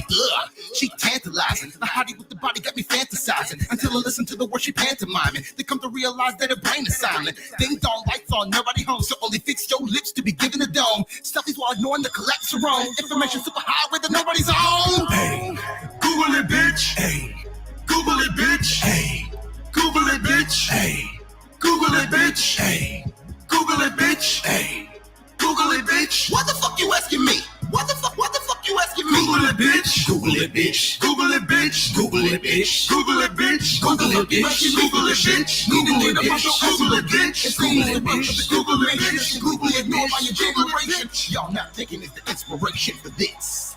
Google it, bitch. Google it, bitch. Hey, let me tell you Ask something. your nana. Do you know how many people I would play this song for on a daily basis? Yeah, this needs to be a soundboard drop. I need to just have that like My job, as a just slowness of it. as a Like, parent these days. You know what I Google mean? it. Like I'm like, Hey Siri, hey Google, I'm paying hey for Alexa, that phone bill. If only we had a that device. Because Hey, you know what's funny is when you I start just did talking. it and she started trying to find something for me. I You know what's said, funny? hey Google, she's Googling. Yeah, Music's the about con- having the fun. con- the They have fun. concept was cool. The Yeah. concept was cool. It was Yeah, hard for me to follow because the vocals are too loud. Yeah, the And hook then, yeah, is too loud. And the hook But and the hook. I start feeling it towards the last verse when he said his nana, he said, "All you gotta do is type it in," and like that's. I think his was more in the pocket. I started getting into it. And Caught me laughing. the overall concept is cool. Mm-hmm. It's just the mix could be better. Yeah. Because I had a hard time following the beat. Because of I'm trying I to don't put the think beat it was together a with the serious song. with the lyrics, and you know what I mean. So it was kind of hard for me to follow it. I didn't really catch on to the rhythm maybe until like maybe the second verse. Yeah. Because I'm at least looking for the snare or the clap. You know what I mean? Yeah. Something. But other than that, the Gila concept Rain is said, cool. Mr. Felony, what is the song missing? She was asking that question while we was playing it. You said what? What was the song missing? He just said it.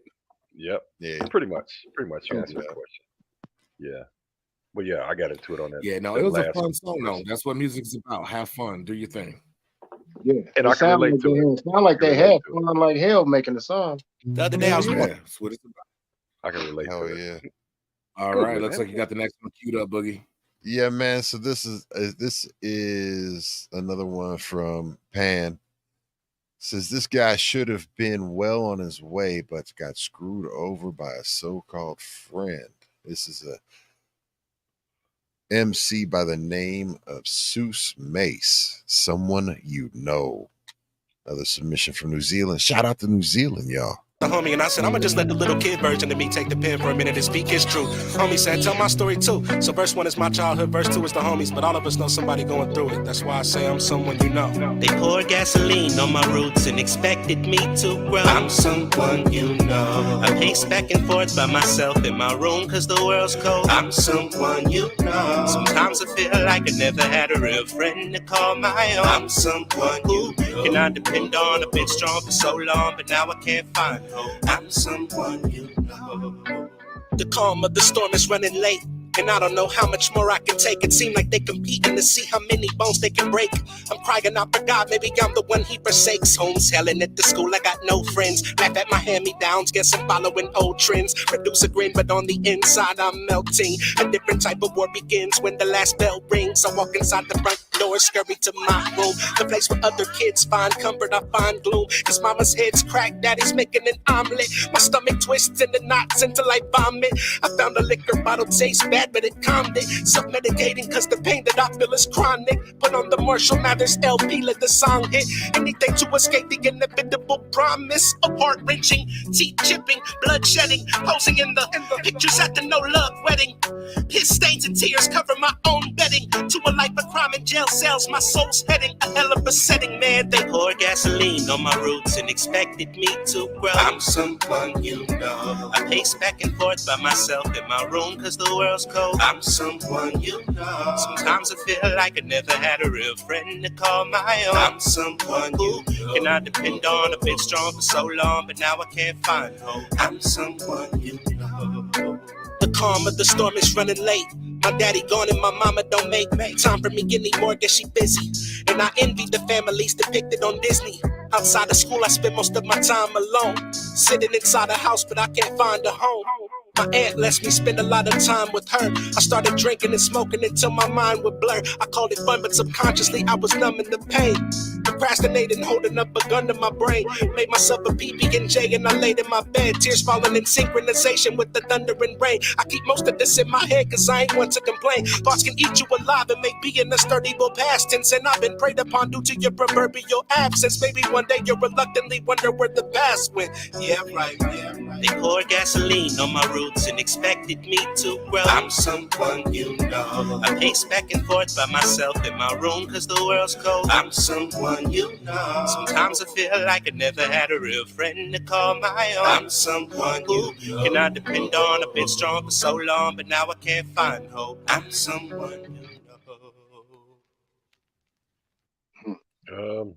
That's solid song. Don't want that childhood. I mean, that was deep and actually shout out to my guy that passed away. He was from New Zealand and familiar with the Maori people and gasoline on my roots and don't expect me to grow. That was deep. I mean, and well put together.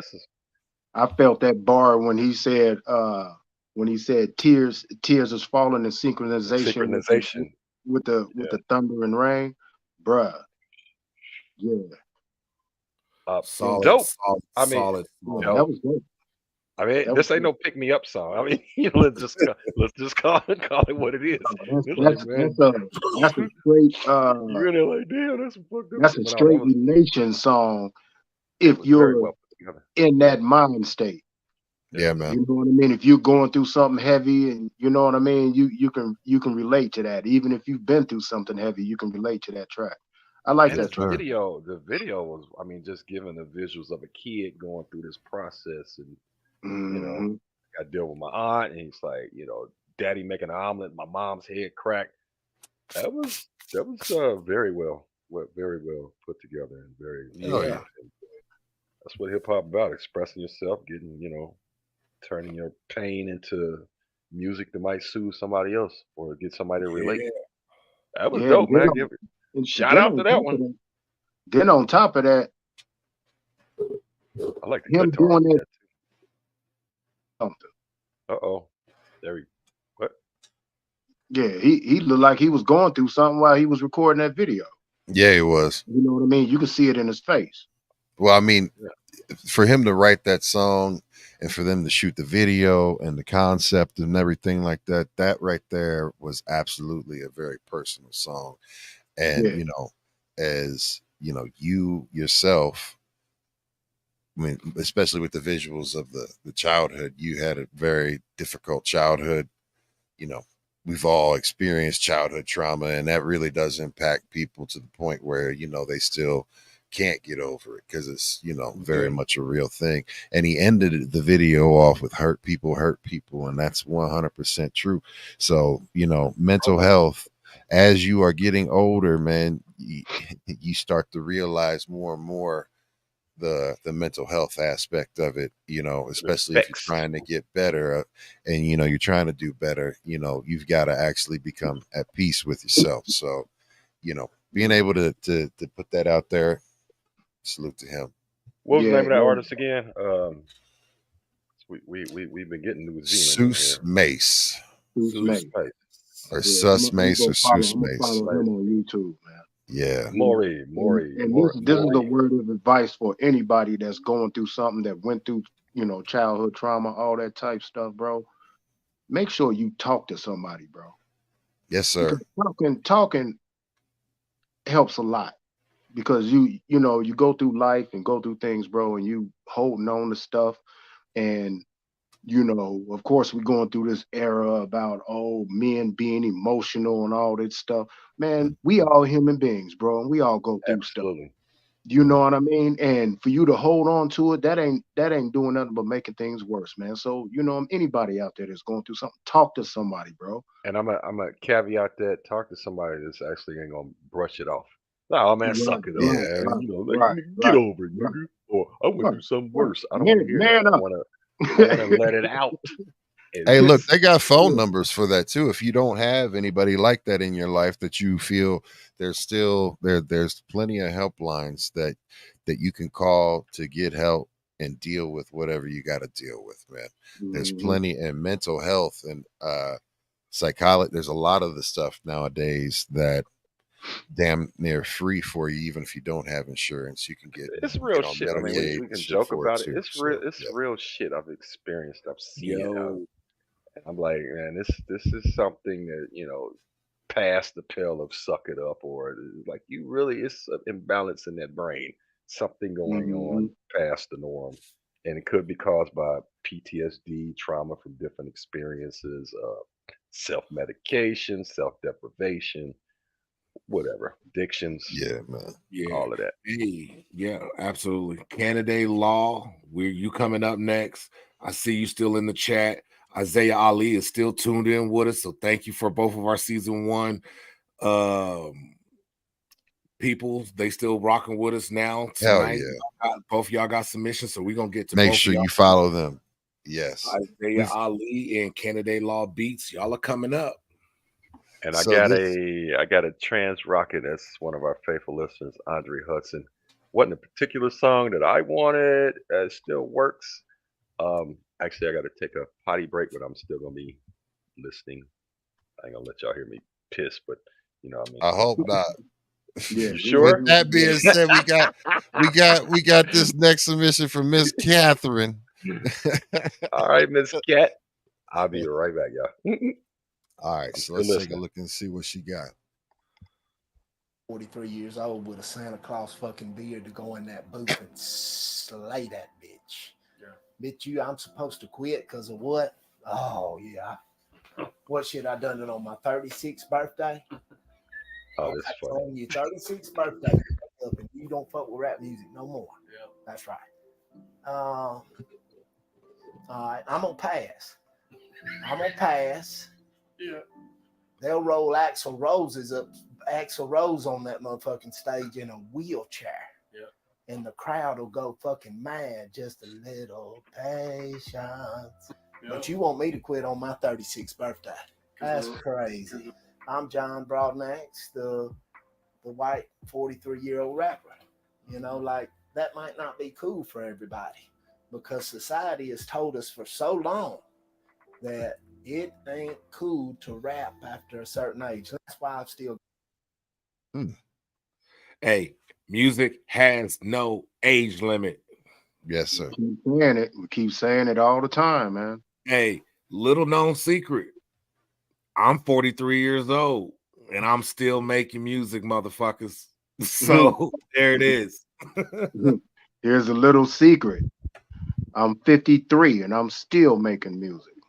Oh yeah, man. I'm almost 50 and I'm still fucking with music. So yeah, man. You know it. I don't know where they got that from. I'm 37. Don't let the gray fool you. I'm Benjamin Buttons. I'm going backwards. Yeah, man. I'm the youngin' on this. I'm the youngin' on this show. No, really. Yeah, what we got next, Boogie? See my baby here? The next one, this one is from Miss Catherine again. She said that it's Broadnax, and she hopes that we are able to get him on the show. This is one of her favorites. I heard this earlier. Yeah, Broadnax is dope, man. I've been rocking with him for years. Yeah, I checked this out earlier. It's pretty good. Tweakers and geekers. Hit him with the 3-piece wing, then a match tight, a couple grape back and a motherfucker soda. Punch Miller right me in the 80 with the 4 slimming, baby. I was born to be a motherfucking soldier. Can't let you roll it, can't let you have it. Unless you was gonna go tell him my name. Tell him it's John, where you got it from. It's to get it done, bitch. You put some respect on my name. Big shout out to these, they know they gon' see it. I know they didn't wanna believe me. Talking about me bad behind my back, but they show me love when they see me. Make it look easy. They didn't believe me. Bitch, I was struggling, hustling, first of the month again, trying to go earn my little key, but you was still sleeping, and we on the creeping. You stick it, you know we be practicing what we be preaching. Tweakers and geekers, so woofers and tweeters, I'm inside the speakers, I'm not with the politics, I'm with the people, bitch. Tweakers and geekers, so woofers and tweeters, I'm inside the speakers, I'm not with the politics, I'm with the people, bitch. Cap on us, Brian King, rest peace, Pimp C, originator of the country rap tune. Everybody cowboy gangsta, baby, make it look shady. Shit, we make that country shit cool. Like, can't do what we do. Off in there. Then I might hit them again with that. Then I might hit them again with that. Then I might hit them again with that. Ooh, got them all on the roof. They go, ooh. We ain't really gonna hurt nobody. Just make the bitch do what it do. We playing for keys, yeah. Ain't no love in the streets, yeah. Baptizing the beat in the name of the Father, the Son, and the Spirit. I know they gon' feel it. We bringing the real bang. For the suckers and busters that thought that we was just gon' let them feel it. Tweakers and geekers, so woofers and tweeters. I'm inside the speakers, I'm not with the politics, I'm with the people, Tweakers and geekers, so woofers and tweeters. I'm inside the speakers, I'm not with the politics, I'm with the people, Tweakers and geekers, so woofers and tweeters. I'm inside the speakers, I'm not with the politics, I'm with the people, Tweakers and geekers, so woofers and tweeters. I'm inside the speakers, I'm not with the politics, I'm with the people, Tweakers and woofers and tweeters. I'm inside the speakers, tweakers and geekers, and tweakers and geekers, and tweakers and geekers, and tweakers and geekers, and tweakers and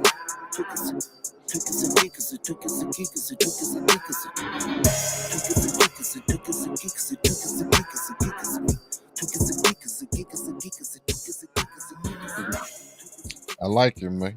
I fucks with it. You know me, I'm a fan of cowboy rap. So it's like, hey, I fucks with it. Where's homeboy from? He from Texas or something?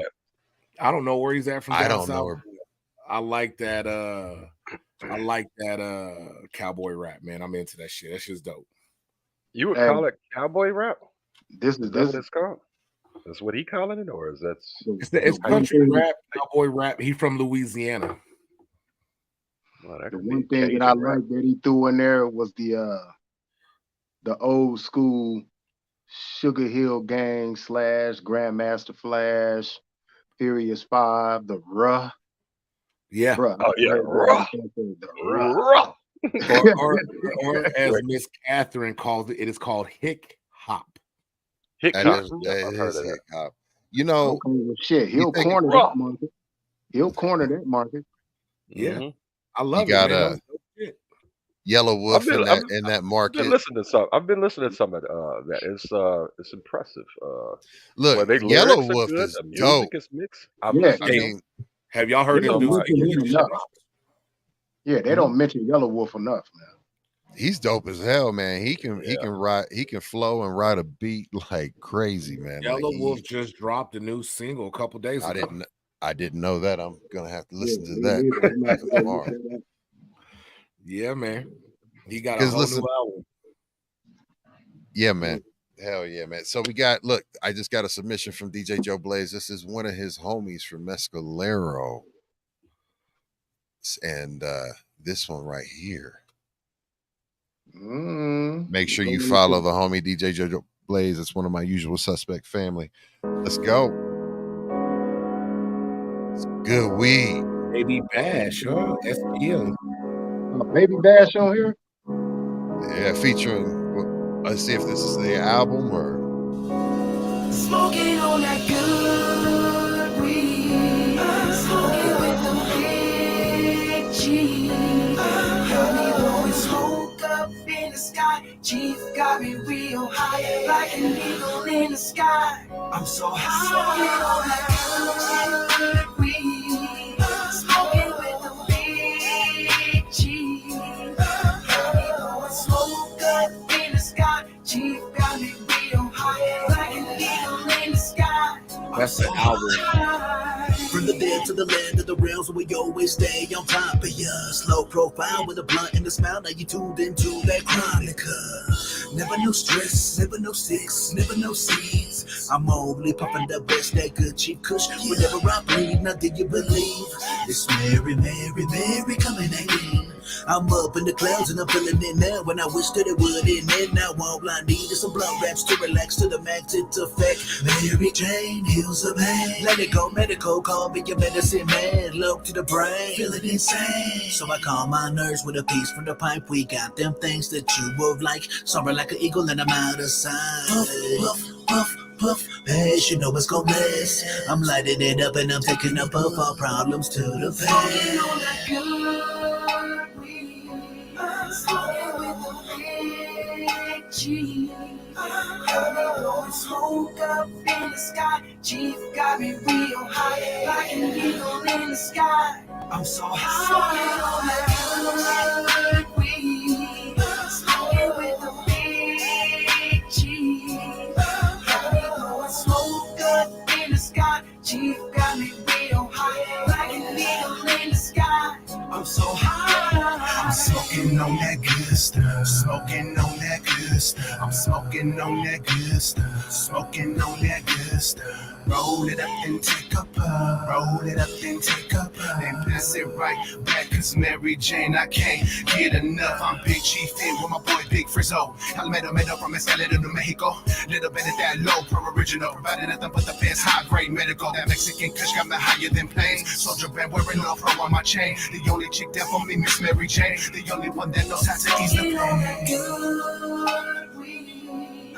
Smoking with the big big G. Got me smoke up in the sky. Chief got me real high, like an eagle in the sky. I'm so high, good weed, smoking with the big G. Got me blowing smoke up in the sky. Chief got me real high, like an eagle in the sky. I'm so high. Trouble on my mind, it's about that time that I roll it and light it and take a few puffs. Relaxing my brain, people calling me insane, cause I puff it and puff like I can't get enough. I chunk up my deuce when it's time to get high. With my head in the clouds, I can see through the sky. When I'm smoking that loud, I can't hear shit sometimes, and I keep zoning out, but still making it rhyme. Sperry got me tripping, I better start sipping. Haters want me dead, but homie, I just started living. I'm living the life that they wish they could have. Smoking a blunt with a pen and a pad. Damn, I'm soaring like an eagle, flying like an eagle. I do this every day, but homie, those who call me evil, one thing I gotta say to you is this is my sequel. So peace to all you people. This is the chronic, about to blow up with a blunt in my hand and a cup of hypnotica. This is my throne, let me into my zone so that I can explode. And cause all of this smoke could be making me choke. Distracted from stressing, I'm blessed with this flow. Blunt after blunt, homie, this ain't no joke. Smoke out my chest till I can't take no more. When they know how me cheap when I smoke. Smoking with the big G. Blowing smoke up in the sky. Chief got me real high, like an eagle in the sky. I'm so high. So this artist, their name is Frizzo El Miro Miro. Frizzo El Miro Miro. Okay. Out of Mescalero, New Mexico. Shout Wow. out to Mexico. yeah. Definitely. I kind of actually, now that you said, I might hear a little of that twang there, but it sounds like the '90s R&B mix of not not crapping on it. It's real smooth and buttery. Sound like they could have been, singing about take the sheets off or something as opposed to smoking. Hey man, it's something to smoke and ride to, man. Like, you know what Oh, I mean? that's mellow. That's like they Yeah, could have man. it could have been an R&B singer. They chose to talk about smoking. I Hey, like look, it's one of those songs you listen to when you in traffic jam, so you don't want to just, let bullets loose on the freeway and have road rage. Oh yeah, bring it down, push it down. Just like you lucky I would Wow. judge it by would I listen to that again willingly? I would. Yep. I would listen to that. I'd let that rotate and Yeah, I try it again. I listen to it again. yeah, because I definitely judge music with like would you, if I was forced to listen to it, would I listen? I mean, I listen to it while forced. Or would I listen to it without being forced? I was like, yeah, I would probably go and start cleaning up, listen to that, and come back like. I like the lyrics too. The lyrics was good. Is it candidate law time? It is candidate law time, y'all. So we got Hey, shout out to season 1 guest. He's in the chat, been with us the whole time. Salute to you, fam. And without further ado, we've got candidate law with Ouch. Kennedy Law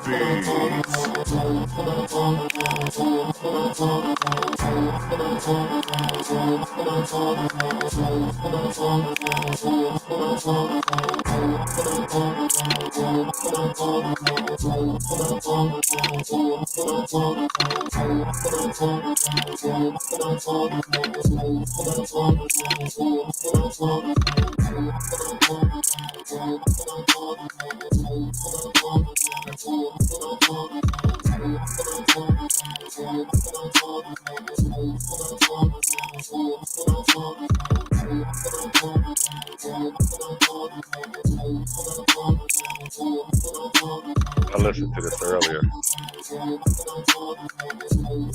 I was getting prepped for the show, and this was exactly what I needed. Keep me in motion.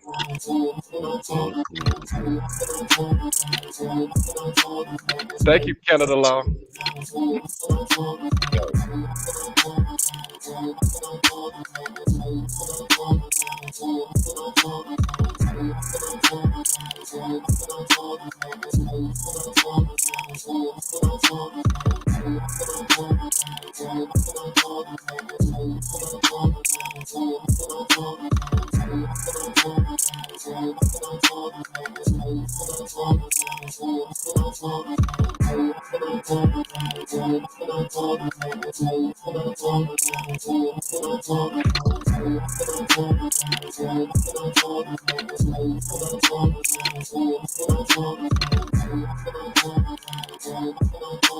Canada Law.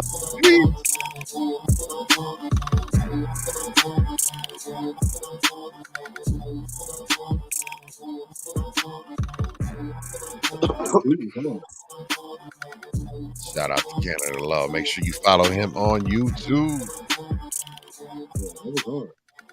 And the link to that beat is in the chat. Boom.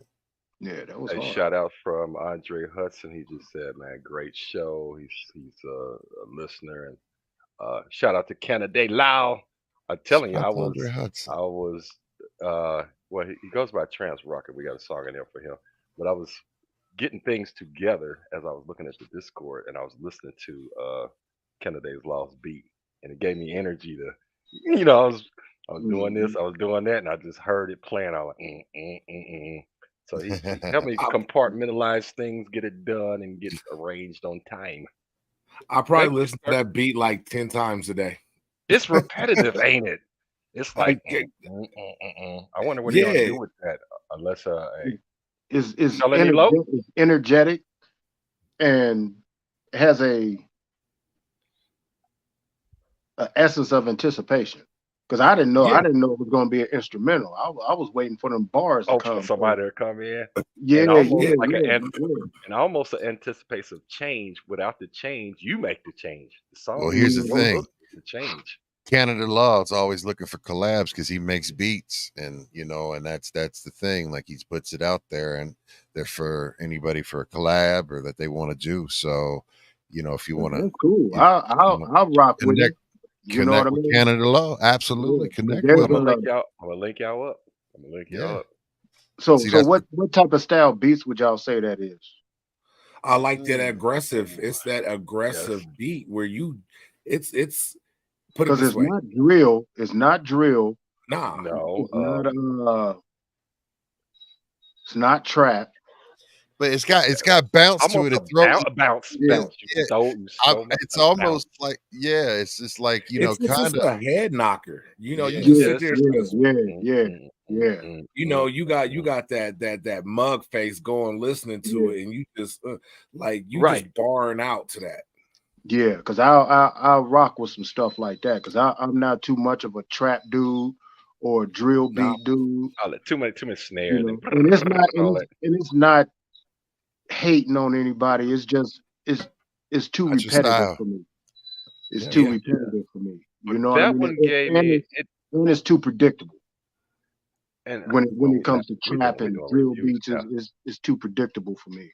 This one made me keep doing and functioning, and even though I was listening to it, and I was like, I was waiting for a change at first, and then all of a sudden I was like, it's getting me through what I need to get done.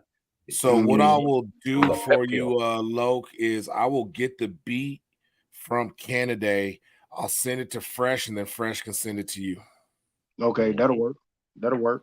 And then what I'll do is I'll link you and Canada together through Fresh, and y'all can work out however y'all want to do with that beat. Yeah, you're on Instagram, ain't you? You on Instagram? Who, me? Yeah, you're on Instagram, ain't you? Yeah. He's on there. I'm on Facebook and Instagram. I don't deal with Twitter no more. All right, there you go, Canada. Hit up Felony on Instagram. Y'all can start that convo now, and then boom, there it is. Collabo, B-Boys Underground. So we have someone else that's also in chat that's been rocking with us, Isaiah Ali. And Chicago. He just released this. What was this? It was yesterday? Yeah. It was yesterday. Yes. So Isaiah Ali. Chicago. Oh, I like the artwork. So it is Hugan. I can't. What's up, Isaiah? Hold on. There we go. I don't really know what they want from me. Records. Yeah. Won't do no sinning again. to my friend. On them I cannot depend. Fuck a friend, niggas faking time is money. Just want the vengeance, 50s and 10s and 5s and 20s. I just spent 10K, bought me a cube, and I don't really be producing. Joe said I need an image for his finish. Hit the model with a stool. Diamond game on getting right. Big spot, how you get? How you get? How you get? Diamond game on getting right. Big spot, how you get? How you get? How you get? Instead of dispatch to the obvious, I hit the road and do mileage. Where am I going? Few niggas travel this road. I'm the only one driving. Couple of energy drinks, feeling like taping my eyes. I am determined. I fill my circle with earns. Hustle, I know how to learn. You need my respect. You cannot give it too firm. And take your dread and I perm it. I got away with discernment. That made me ahead of the sermon. When I was broke, none of them worried. They used to shit, they did it on purpose. Snakes in my grass, yeah, I am blurred. That took a step up, but really a bird. Yeah, I know you heard me. Life hell, and I died confessing the furnace. I've conquered through many deterrents. No shucking and jiving, whip it and churning. Don't play with that fire, cause that shit'll burn you. I praise the most high, I'm a vessel for God, enjoying the journey. Fuck French, niggas is faking time is money. Just want the digits, 50s and 10s and 5s and 20s. I just spent 10K, bought me a cube, and I don't really be producing. Joe said I need an image for his finish. Hit the model with stool. Diamond game on getting right. Big spot, how you get? How you get? How you get? Diamond game on getting right. Big spot, how you get? How you get? How you get? Do no sinning again. What I went through the wind. I gave my heart to my friends. Turned out I could not depend. Don't do no sinning again. What I went through the wind. I gave my heart to my friends. Turned out I could not depend. Fuck French, niggas is faking time is money. Just want the binges, 50s and 10s and 5s and 20s. I just spent 10K, bought me a cube, and I don't really be producing. Joe said I need an image for his finish. Hit the model and stupid. There it is. Well. Shout out to Isaiah Ali, man. Rocking with him from day one. Dope artist. Chicago in the house. My wifey's oldest son just got back from near Atlanta. It is definitely his style of music. He is something he would bump on the regular. And as soon as I heard it, I was like, it's got that, same syncopation, good auto tune, well produced. Digging it. Yeah, man. He I actually had a good phone call with him today. He said anticipate a new drop every week. He's releasing a new song every week. And that is Isaiah Ali right there in the chat. Yes, sir. Can I put in my 2 cents when it comes to that? Yes, sir. It's a nice song, bro. Your message in the song was great. Mm-hmm. But your auto-tune took away the effect of the message. It was a bit overdone when it came to the auto-tune. And that's just in my opinion. But it's a great song. When you're delivering a message like that, you want people to feel you for your voice, not for the effect. You see what I'm saying? And there's times when you add effects to a song, man, it takes away from the whole entire message of what you're trying to convey to the people. But it's a great song.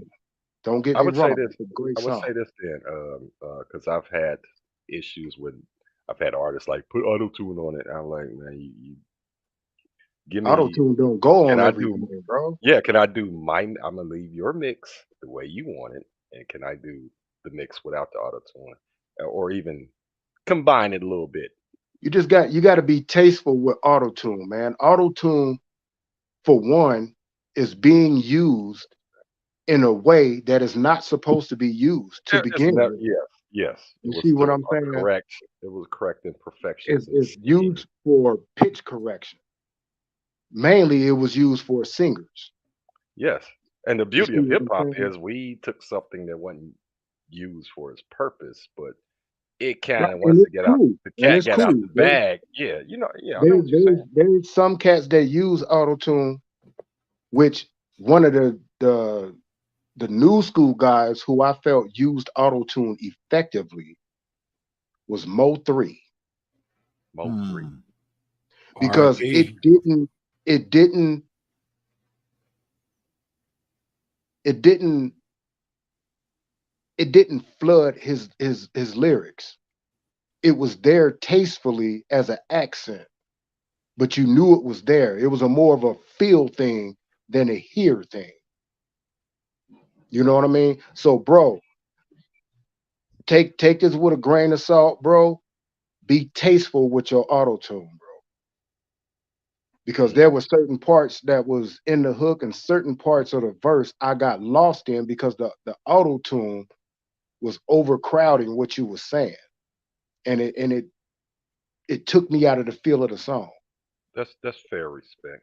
I mean, a Yeah, fair. but respect to you, bro. That's a great song, man. The message in that song is real, bro. Yeah, If you know you can get back with your engineer, have him pull that auto tune back a little bit. Not saying don't use it, just have him pull it back a little bit.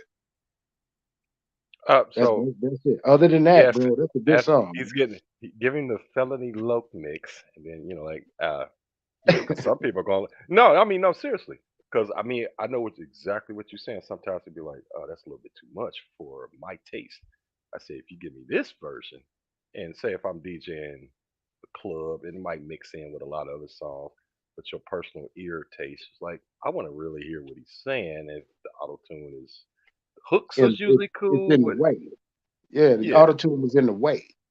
he said That was the appreciate one the thing that I input. I liked. mean, That's the one thing I liked about Mo 3, bro, because Mo 3 talked about a lot of real shit and deep ass shit, and he used auto tune on his shit. But mhm. whoever mixed it didn't let that auto tune get in the way of his message, and what he was talking about. But other than that, man, it was a great song, bro. Well, I would say this, because if we, we got submissions, and I know I want to get to the cool. Actually, Andre Hudson said he knows who you are. Trans Rocket. Remember, Trans. remember DJ Yeah, PT he Code. posted something here in the chat that you battled somebody you know. Felony Loc, you battled my brother on the square. His name was Primo Rock. Y'all was Yep.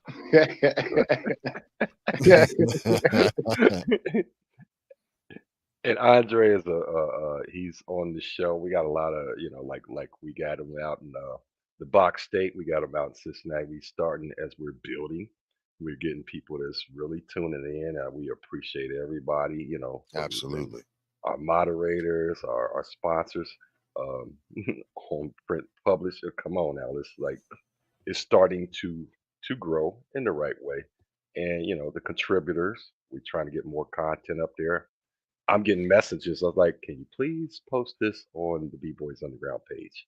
Don't send me send me a messenger. Post it on the chat so we can have debates and have things, to bring into, fruition on. I'm talking about hip hop.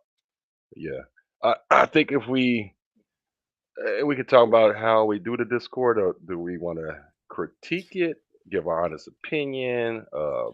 No, we just want the submission, let them ride and let them be as they be. That's what they're there for, to submit for us to listen to. And thank you for being a viewer. Yeah, absolutely. We appreciate you, and it's all about your ability to interact with us. So, the link to the Discord is pinned. I think Gila's got that pinned for me and had put it in the chats on all of the chats. But I will show everybody what the Discord server looks like, right? So this right here, which I have to update this logo, but this right here is our Discord server where, like, what we've just gone through with our submissions, this is where we're pulling it from. So you just join B-Boys Underground, and there are plenty of sections for you all to be able to participate, right? So, and post and be interactive. We've got all the elements of hip hop. We've got everything covered. We've got to get our host sections popped off. That's on us. But also, here's a spot where everybody can kick it, like even outside of them. And like if we are trying to get some special events for the Discord server itself and get some artists that are willing to come in and hang out and actually give you an opportunity to kick it with them and do a live Q&A. I mean, we have free chat right now and the questions and everything, but you know, here's still going to be another spot for you to be able to come in and kick it. And it could be ciphers, it could be a place where you can talk about collaborations, all of that stuff. You can even promote your own streams, like one of our future guests is 9K9, dope cat that does he live produces or live makes beats and also does freestyles with everybody that's in the chat and goes back and forth while he's making beats live. So he's super dope cat. And then of course one of my usual suspect family, Mr. Mikey Unlikely. But this is a place to put your promotions. But if you want to guarantee that it's gonna be on the show, I need you to put it in submissions for B-Boys Underground. And then you can just go ahead and get it, and we'll get it on the show, just like we just did. We've got one more submission from our listener, Andre Hudson, aka Trans Rocket. It's gonna be interesting. Coolie Mac. Coolie Mac, and it's called Never Seen a Booty Like That. I never seen a booty like that before. Can I hit it? I never seen a booty like that before. Can I hit it? I never seen a booty like that before. Can I hit it?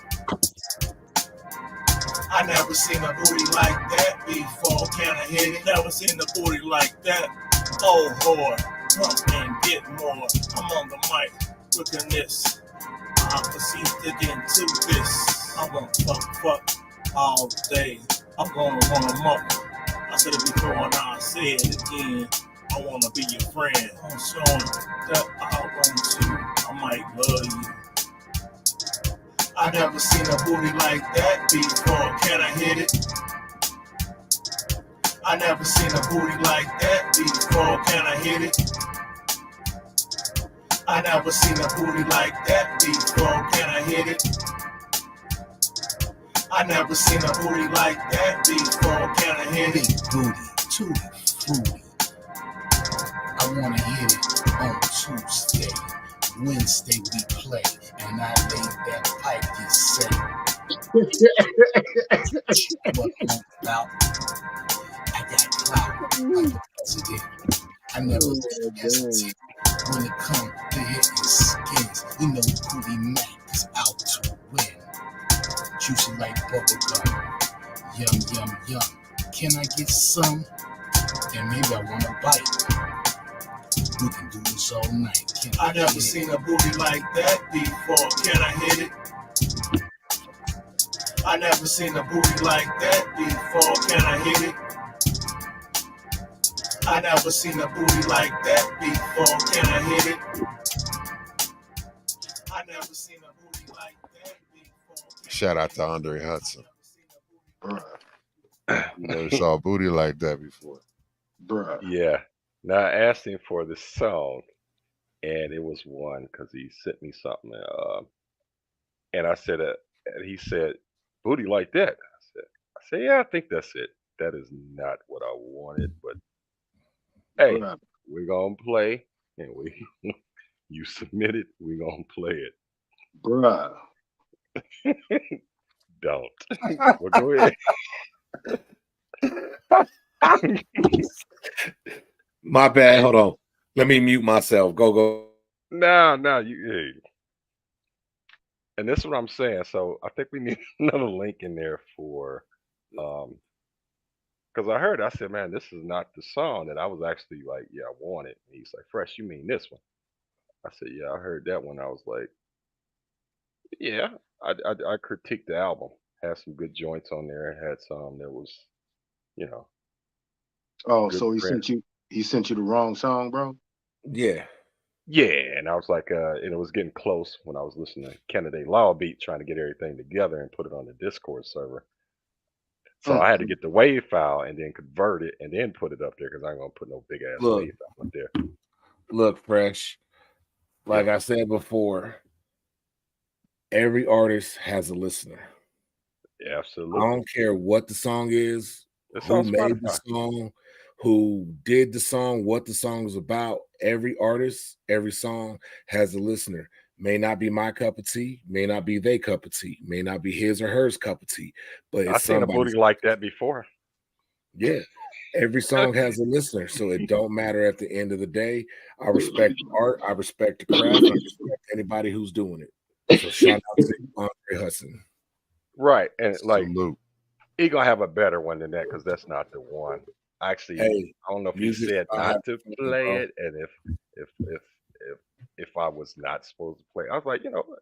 So if you hear the next one, you were like, okay, now that makes more Hey, sense. Yeah. music is about having fun, and every song has a listener. And I would Okay. say this. I would say Okay. this on Well, the Discord. play the next one, Fresh. Where's the What next one at? Do you have it? Do you have it? No, he sent it to me like it was time to get on the Mm. show, so I don't have the next one. So we'll save it for next week. Okay. He got a couple that I critiqued. I said I like this one. I like this one. I gave my critique on the ones that I did not like. So I would say this, like I would say this, so like in front of everybody.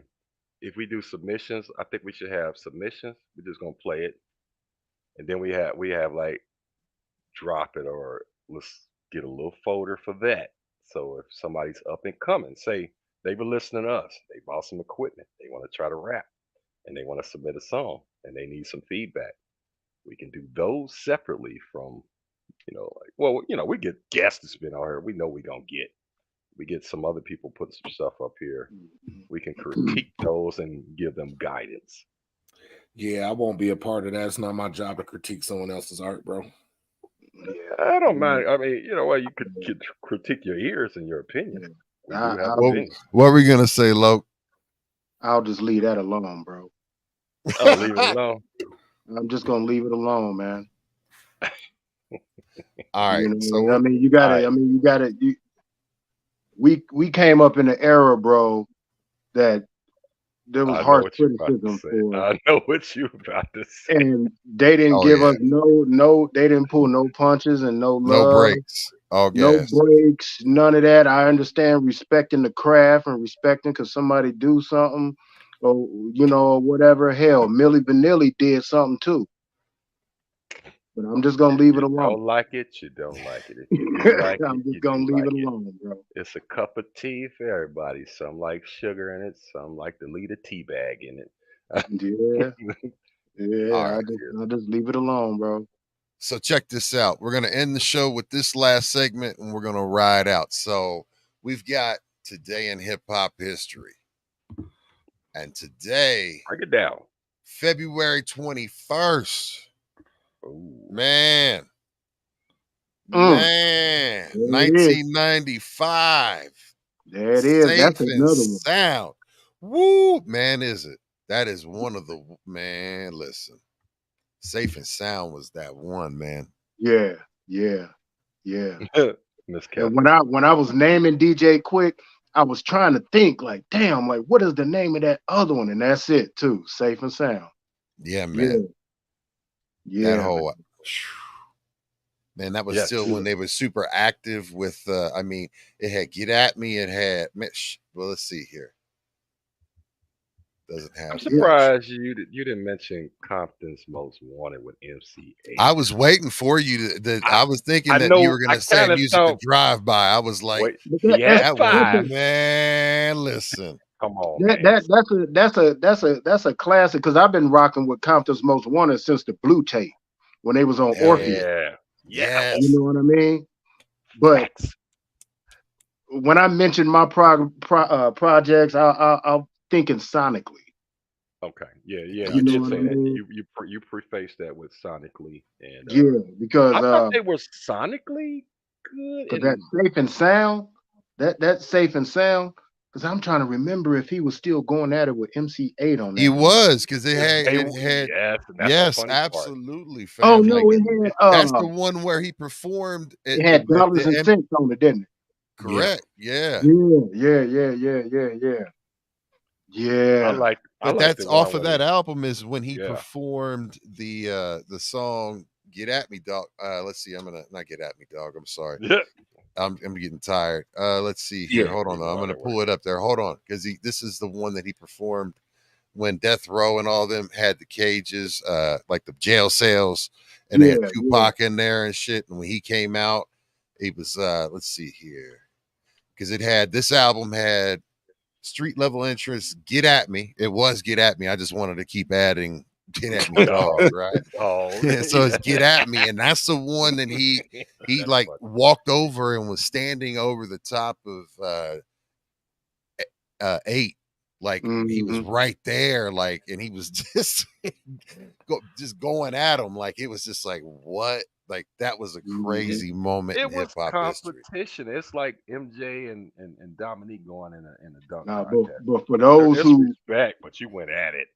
for those who don't know, that beef was real in the street, bro. Yeah, see, that's was Yeah, the that was changing real in the factor. streets, bro. Yeah. You know what I mean? Got you. That was real, and I was glad to see those guys, you know, Piece it up. pack things up and Absolutely and move forward, bro. Because you got You know your what I camp mean? Because going for against one, they I camp. didn't even though it was, you know, the competition part of the thing, it was good to see, but the overall thing, I didn't like that. You know what I mean? And you can speak Because on you that. know, during that time period, man, the Crips and Blood thing was, man, it was like at its peak, bro. You know what I mean? Yeah. And you know, where the hell is Quick from? Quick from Treetop. He's from Treetop. He's from Treetop Pyru. And Mm-hmm. and MC8 is from Tragnu, original Spooktown. Yep. You know what I mean? And that shit caused a lot of, you know, rifts in the streets, man. And I was glad to see those guys, you know, patch that stuff up, man. Yeah, man. You know, I think we all are for that. I mean, because when it's supposed to be just entertainment and other things get into the part of entertainment, and it's like, yeah. Well said, bro. I mean, and like, and you see people have beefs, patch it up. Hopefully so, because I mean, it really is just entertainment. We all trying to strive to the next level, take care of our families, stuff like that. Now, you in that game, you in that game. Yeah. My whole thing was this, because they labeling all this street stuff as gangster rap, and the stuff these days ain't gangster rap, bro, at all. You see what I'm saying? Gangster rap, which society and the media labeled it gangster rap. With us, it was reality rap. That's Yes. what it was. Yeah. You see Correct. what I'm saying? It was Yes. reality rap, and then the mainstream named it gangster rap because they seen, you know, it's people, those of us, you know, that were in gangs doing this type of thing. You know what I mean? But now, you know, they take the drill in and they calling that gangster rap. Bro, don't disrespect us like that, because that don't have nothing to do. Drill don't have nothing to do with us. And the difference between gangster rap and drill is that with gangster rap, we gave y'all both sides of the coin when it comes to consequences. Yeah, we told you what was going on in the street, but we didn't rat on nobody. We didn't talk about all the different stuff that we did. And what we did talk about, we also told y'all the consequences of those actions. True. Drill is the worst thing to ever happen to hip hop, bro. I mean, there's a lot of people that's not going to say it, but I'm going to say it. And I don't care if people get mad. It's the worst thing to happen to hip hop. And if you don't believe me, go look at how many drill rappers get booked for concerts. None.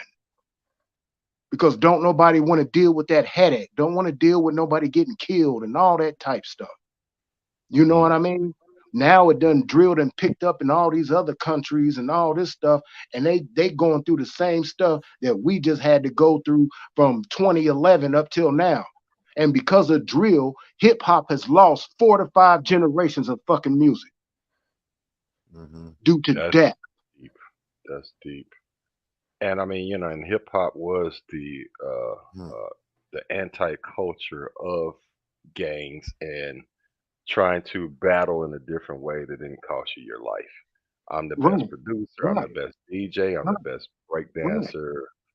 And I'm the best graffiti artist without somebody ended up dead. We can battle, and like Yeah. And that's why I don't battle rap with people. Last time I did a battle rap, bro, was at Baba Dance, bro, up in Oh Clifton. God, And they recipe scandal, recipe scandal. Mhm. I went through, man, I probably went through about 15 to 17 rappers that night. And the last guy I had When to we had the go, open mic no, with this was Scandal actually Scandal. battle rap. This was actually battle rap contest, and I had to go against this white guy named MC40. By the time I made it to that last round, bro, they was chanting, "Get old school out of here." Hmm. I had got rid of so many cats out of there, bro. And This guy was serious with that battle rap. I mean, and now I don't even want to battle cats because I know if I battle you, I'm not going to investigate you and go all into your life. You know what I mean? To see what I can dredge up to write down. To me, that ain't battle rapping. Battle rapping is to a beat that you don't know what it is, and you're coming off of the head.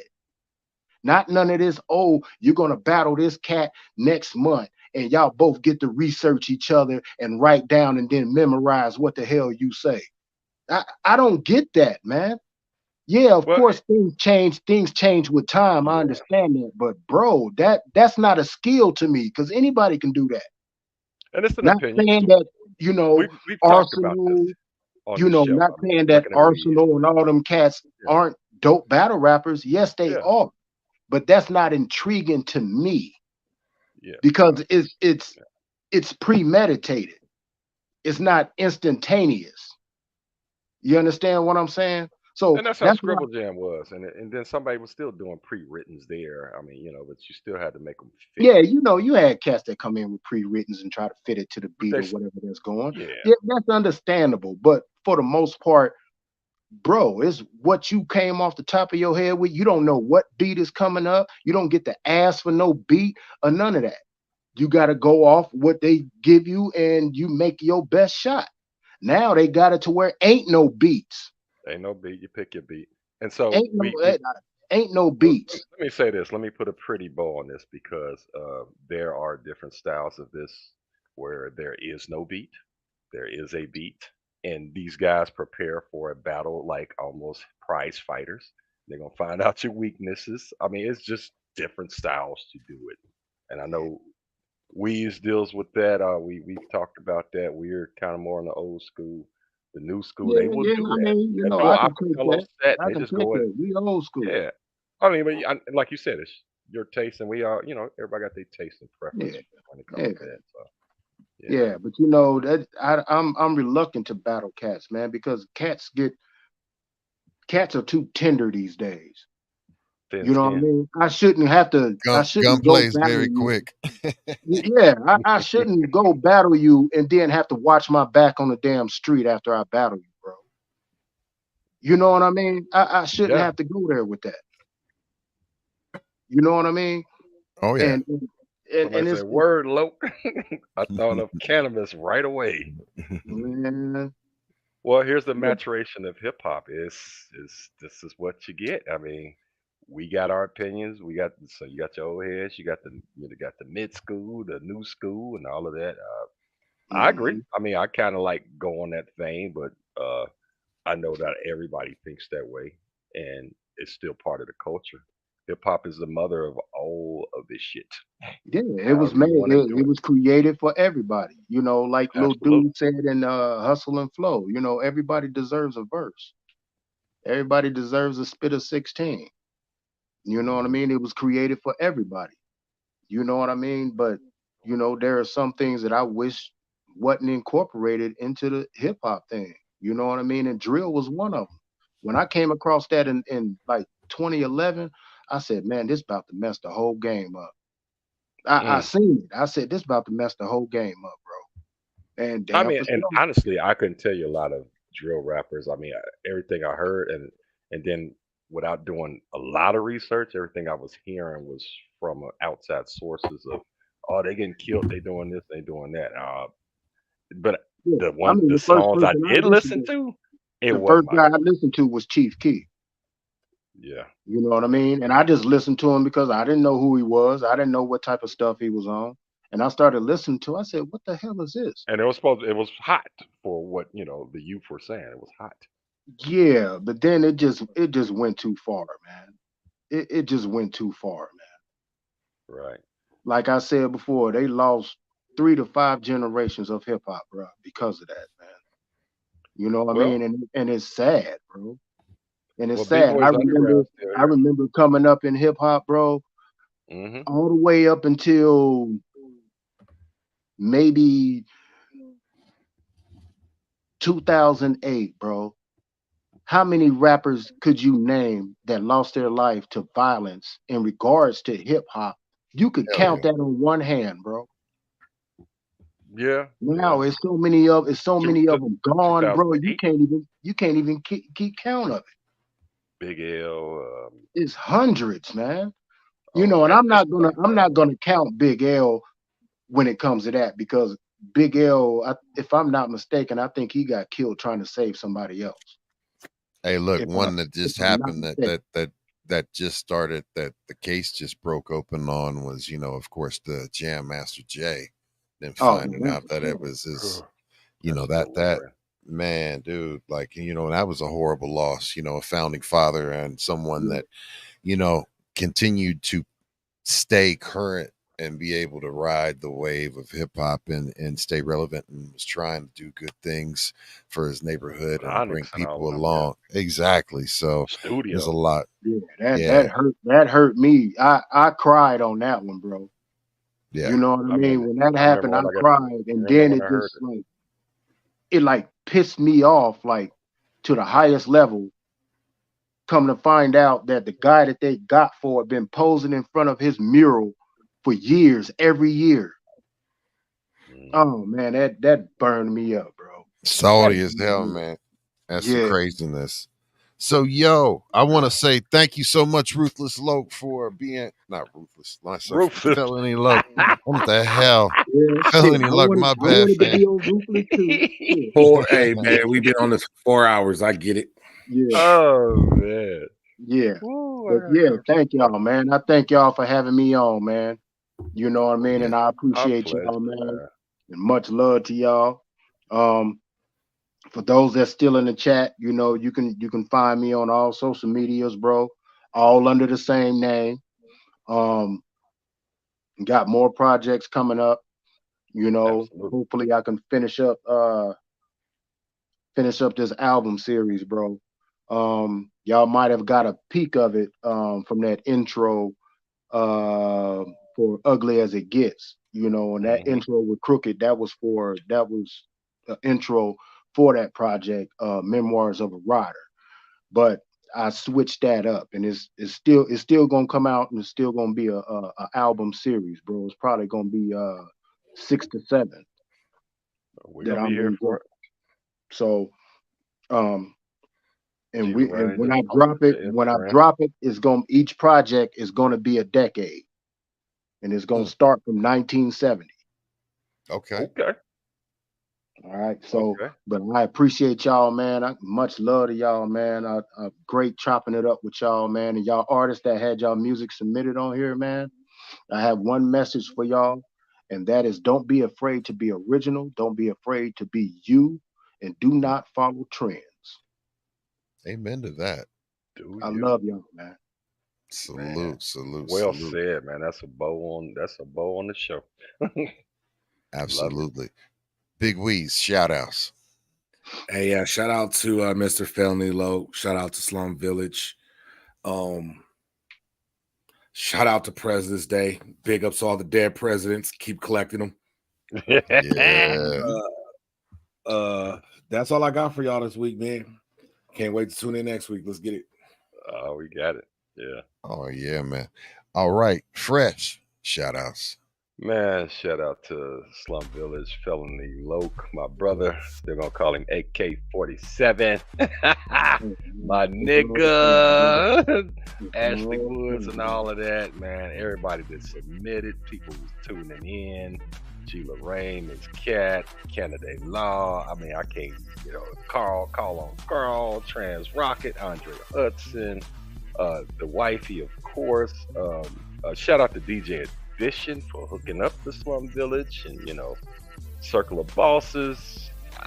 If I miss somebody, man, please, smack me, but not today. It's been a long day. Smack me tomorrow. Message. Love y'all. Rallo. Well, yo, that wraps up another edition of B-Boys Underground, episode number 18. I think this was a really, really, really, really fun one to do, and I appreciate especially Slum Village and Mr. Felony Loc. Great salute to Circle of Bosses, and thank you to everybody that tuned in, and just continue to tune in because we are booked out pretty much until June. We've got a lot of great guests and continue to do. We are here to support you. So hip hop artists, underground hip hop artists, this is your place. Anybody that loves hip hop, this is your place. We try to represent all the elements and all the facets. And also, if you're looking to become an artist and always wondered why or what or how, this is a place to go. You heard a lot of game, a lot of insight, a lot of knowledge being exchanged, and the opportunity to link up with each other. So use this as a networking tool. Use our Discord server. Hit us up on our social media. We're on Instagram. We're on Facebook. We're on TikTok. We're on YouTube. We're on Twitch. So check us out and get down with us because we want to get down with you and celebrate and support one last shot. Let's hit our sponsors one more time. I already had that in the mix. I already got. See, you know what I'm saying? I'm the man with the plan, right? There we go. So yes, absolutely. Don't forget, this show is brought to you by Colorado Print Press. Make sure you follow them, get down with them, and mention B-Boys Underground to get that hookup on all of your printing needs. Again, this show has been brought to you by Colorado Print Press. Much love to them and salute. We're getting ready to raid the homie Richie D420 for the folks on Twitch to see for 1 second. Just 1 second. We got 6, 5, 4, 3, 2, 1. Ooh. Boom. So yeah, check this out. We are B-Boys Underground. You can check us out again every Wednesday night, 9 p.m. Eastern, 8 p.m. Central, 7 p.m. Mountain, and 6 p.m. Pacific. We love you. We are out of here. Peace.